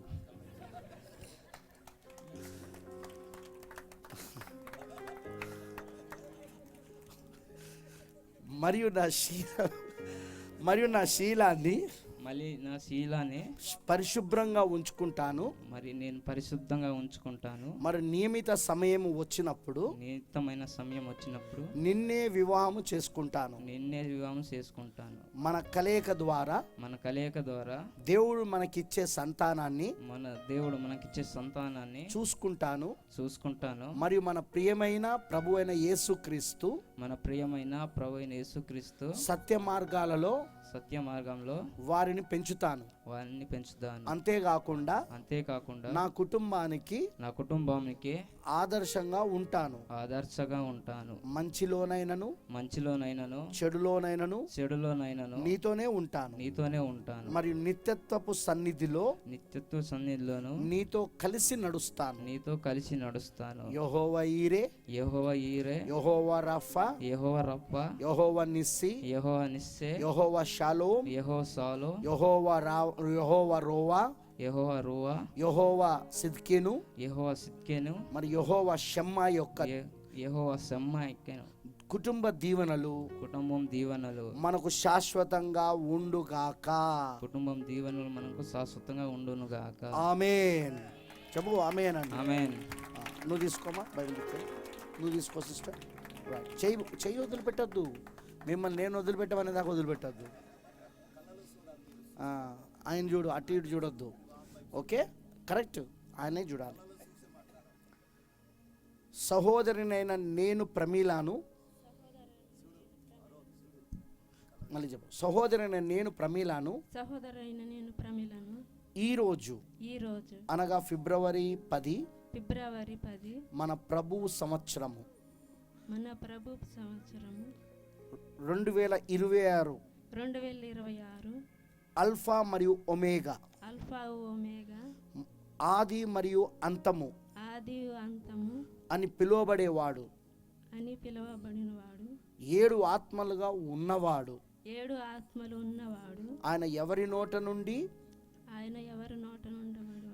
పదునైన రెండంచుల ఖడ్గం వస్తుందో తన సంఘానికి పరిపూర్ణ మార్గదర్శి మరియు కాపరైన మన ప్రియమైన ప్రభువు మరియు రక్షకుడైన యేసుక్రీస్తు యొక్క జీవము గల నామములో సహోదరుడు అహరోను అయిన మిమ్మల్ని నా ప్రియమైన భర్తగా అంగీకరిస్తున్నాను.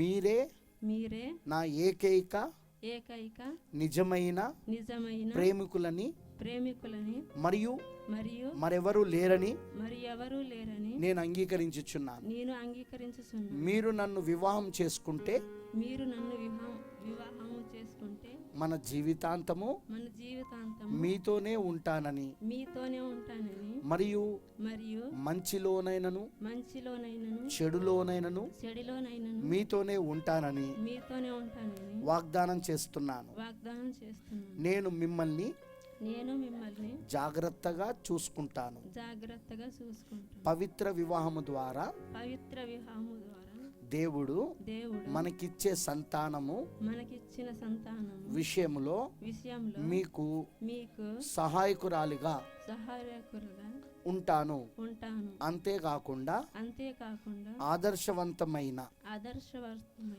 భార్యగా మన పిల్లలకు తల్లిగా ఉంటానని వాగ్దానం చేస్తున్నాను. మన వివాహం చేసుకునే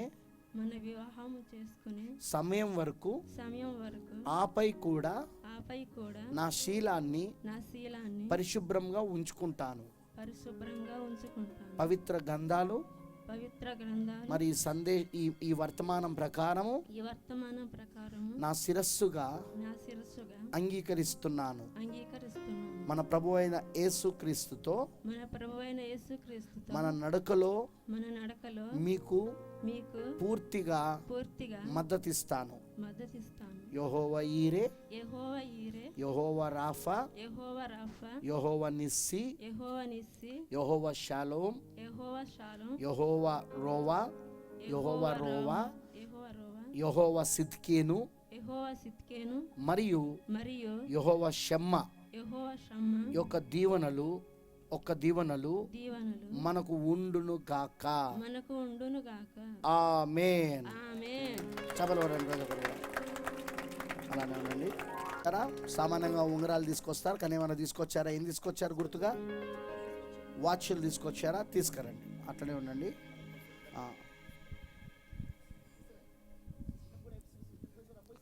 త్వరగా.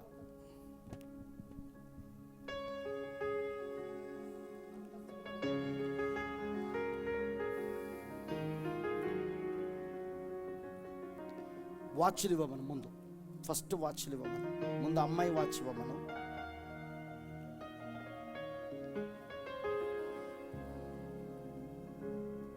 Praise the Lord. దేవుడికి మహిమ కలుగును గాక.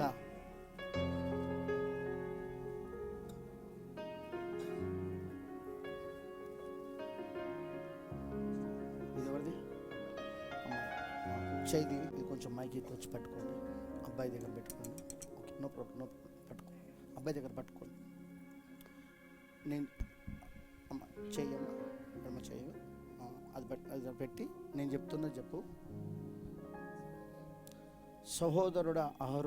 సహోదరుడైన అహరోను మరియు సహోదరి అయిన ప్రమీలను మన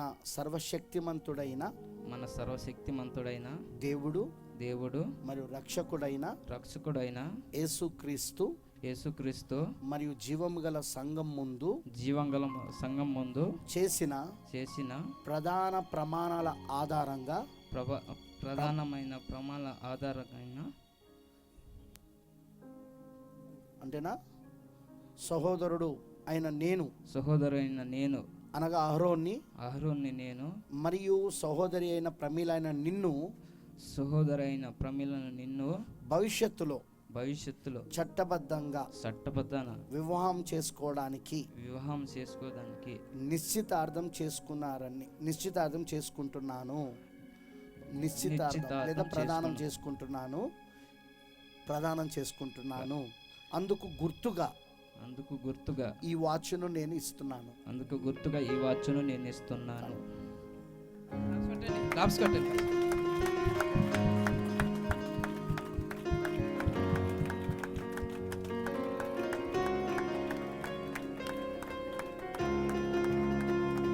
తిప్పమ్మా, చేయి.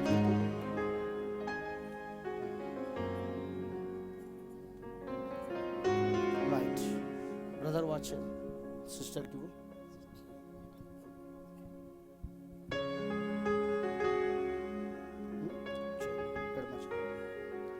ఇలా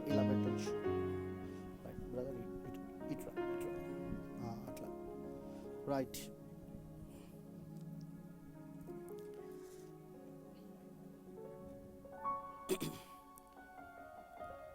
సహోదరినైన నేను సహోదరైన నేను అనగా ప్రమీలాను అనగా ప్రమేలను మరియు సహోదరుడైన నిన్ను మరి సహోదరైన నిన్ను అనగా ఆరోన్ని అనగా అహరోను నేను నేను సర్వశక్తిమంతుడైన సర్వశక్తిమంతుడైన దేవుడు దేవుడు మరి రక్షకుడైన యేసుక్రీస్తు రక్షకుడైన యేసుక్రీస్తు మరియు జీవం గల సంఘం ముందు జీవము గల సంఘం ముందు నేను చేసిన నిశ్చితార్థ ప్రమాణాల ఆధారంగా నిశ్చితార్థ ప్రధాన ప్రమాణముల ఆధారముగా ప్రమాణములు ఆధారముగా ఈ వాచ్ను నా గుర్తుగా మీకు నేను ఇస్తున్నాను. నేను మిమ్మల్ని మాత్రమే వివాహం చేసుకుంటాను. మరి ఎప్పటికీ మీతోనే ఉంటాను. ఆమేన్. అందరూ కూడా చెప్పుకోవడం అందరం కూడా. యేసుక్రీస్తు మరి జీవం గల సంఘం ముందు చేసిన ప్రధాన ప్రమాణాల ఆధారంగా సహోదరుడు ఆరోను మరియు సహోదరి ప్రమీల భవిష్యత్తులో చట్టబద్ధంగా వివాహం చేసుకోవడానికి నిశ్చితార్థం చేసుకున్నారని నేను ప్రకటిస్తున్నాను. Praise the Lord. Hallelujah. Let's pray. ప్రార్థించు. సంఘ కాపరి గారు వచ్చి వాళ్ళిద్దరి కోసం ప్రార్థించాలి. కొంచెం మీరిద్దరు కొద్దిగా అవన్నీ నువ్వు ఫస్ట్ ప్రే చేయి, నేను చెప్తా. ప్రార్థన చేసుకుందాం. పరిశుద్ధాత్ముడు మీకు స్తోత్రములు ప్రభు. ఈ యొక్క సాయంకాల సమయములు నిజంగా ఇది సాయంకాలపు వర్తమానం. గొర్రెపిల్లకు గొర్రెపిల్ల భార్యకు జరుగుతున్న వివాహానికి మాదిరి కలిగిన వివాహము ప్రభు. yes father. తండ్రి లేఖనములను ప్రభు ఇదిగో ఒక సాక్షార్థకముగా నీ బిడ్డల జీవితంలో ఈ రీతిగా నెరవేర్చుతున్న విధమును బట్టి మీకు స్తోత్రము చెల్లించుచున్నాం. yes lord. తండ్రి ఇది ఈ వివాహము అనేక యవనస్తులకు ప్రభు ఒక సాక్ష్యముగా తండ్రి వారి జీవితంలో ప్రభువా వారు ఇటువంటి గొప్ప వివాహమును జరిగించుకోవాలని వాక్యానుసారం వివాహాన్ని లోకమునకు సాక్ష్యముగా చూపించుకోవటకు ప్రభా ప్రతి వారి యవనస్తులు వివాహాన్ని తండ్రి ఆదర్శము తీసుకోవాలి ప్రభా. తప్పకుండా తండ్రి ఈ వివాహంలో మీరే ఈ యొక్క నిశ్చితార్థ విషయంలో ప్రభువా మీరే అధ్యక్షత వహించి ప్రారంభం నుండి ముగింపు వరకు ప్రభువా రెండు కుటుంబాల మధ్య ఇరువురు బిడ్డల మధ్య ప్రభువా మీరు అధ్యక్షులు గుండి ప్రభా క్రమ ప్రకారం వాక్య ప్రకారం నీకు మహిమకరముగా తండ్రి ఈ కార్యక్రమం జరిగించిన విధం బట్టి స్తోత్రములు. అలానే నీ దాసులు నిలబడి ప్రభువా వాక్యానుసారం ఈ కార్యక్రమం జరిగిస్తున్నప్పుడు వారి యొక్క నోటిని బోరగా తీసుకొని వారి శరీరం గుడారంగా మలుసుకొని ప్రభువా ఇట్టి అద్భుతమైన కార్యమును ప్రభువా ఈ స్థలంలో జరిగించిన విధమును బట్టి నీకే సమస్త మహిమ ఘనత ప్రభావం. అలానే ప్రభు ఈ యొక్క నిశ్చితార్థము ఇది వివాహముతో సమాంతరమై ఉన్నది ప్రభువా. ఈ కొన్ని బిడ్డలు ఎన్నడూ కూడా తండ్రి వారి యొక్క ఆలోచనలను వారి నిర్ణయములను ఎన్నడూ మార్చుకోకుండా ప్రభువా జీవితాంతం వరకు ప్రభువా ఇదే నిర్ణయం యందు నిలబడి తండ్రి దేవునికి ఒక మహిమకరమైన వీరి వివాహము తండ్రి చూపించే రీతిగా వీరు జీవించు కృపను దయచేయమని యేసు క్రీస్తు నామములో అడిగి వేడుకుంటున్నాం. ఆమేన్. ఆమేన్. ఆమేన్. ఓకే, ఇప్పుడు ఇక వాళ్ళు కూర్చోవచ్చు. ఆ తర్వాత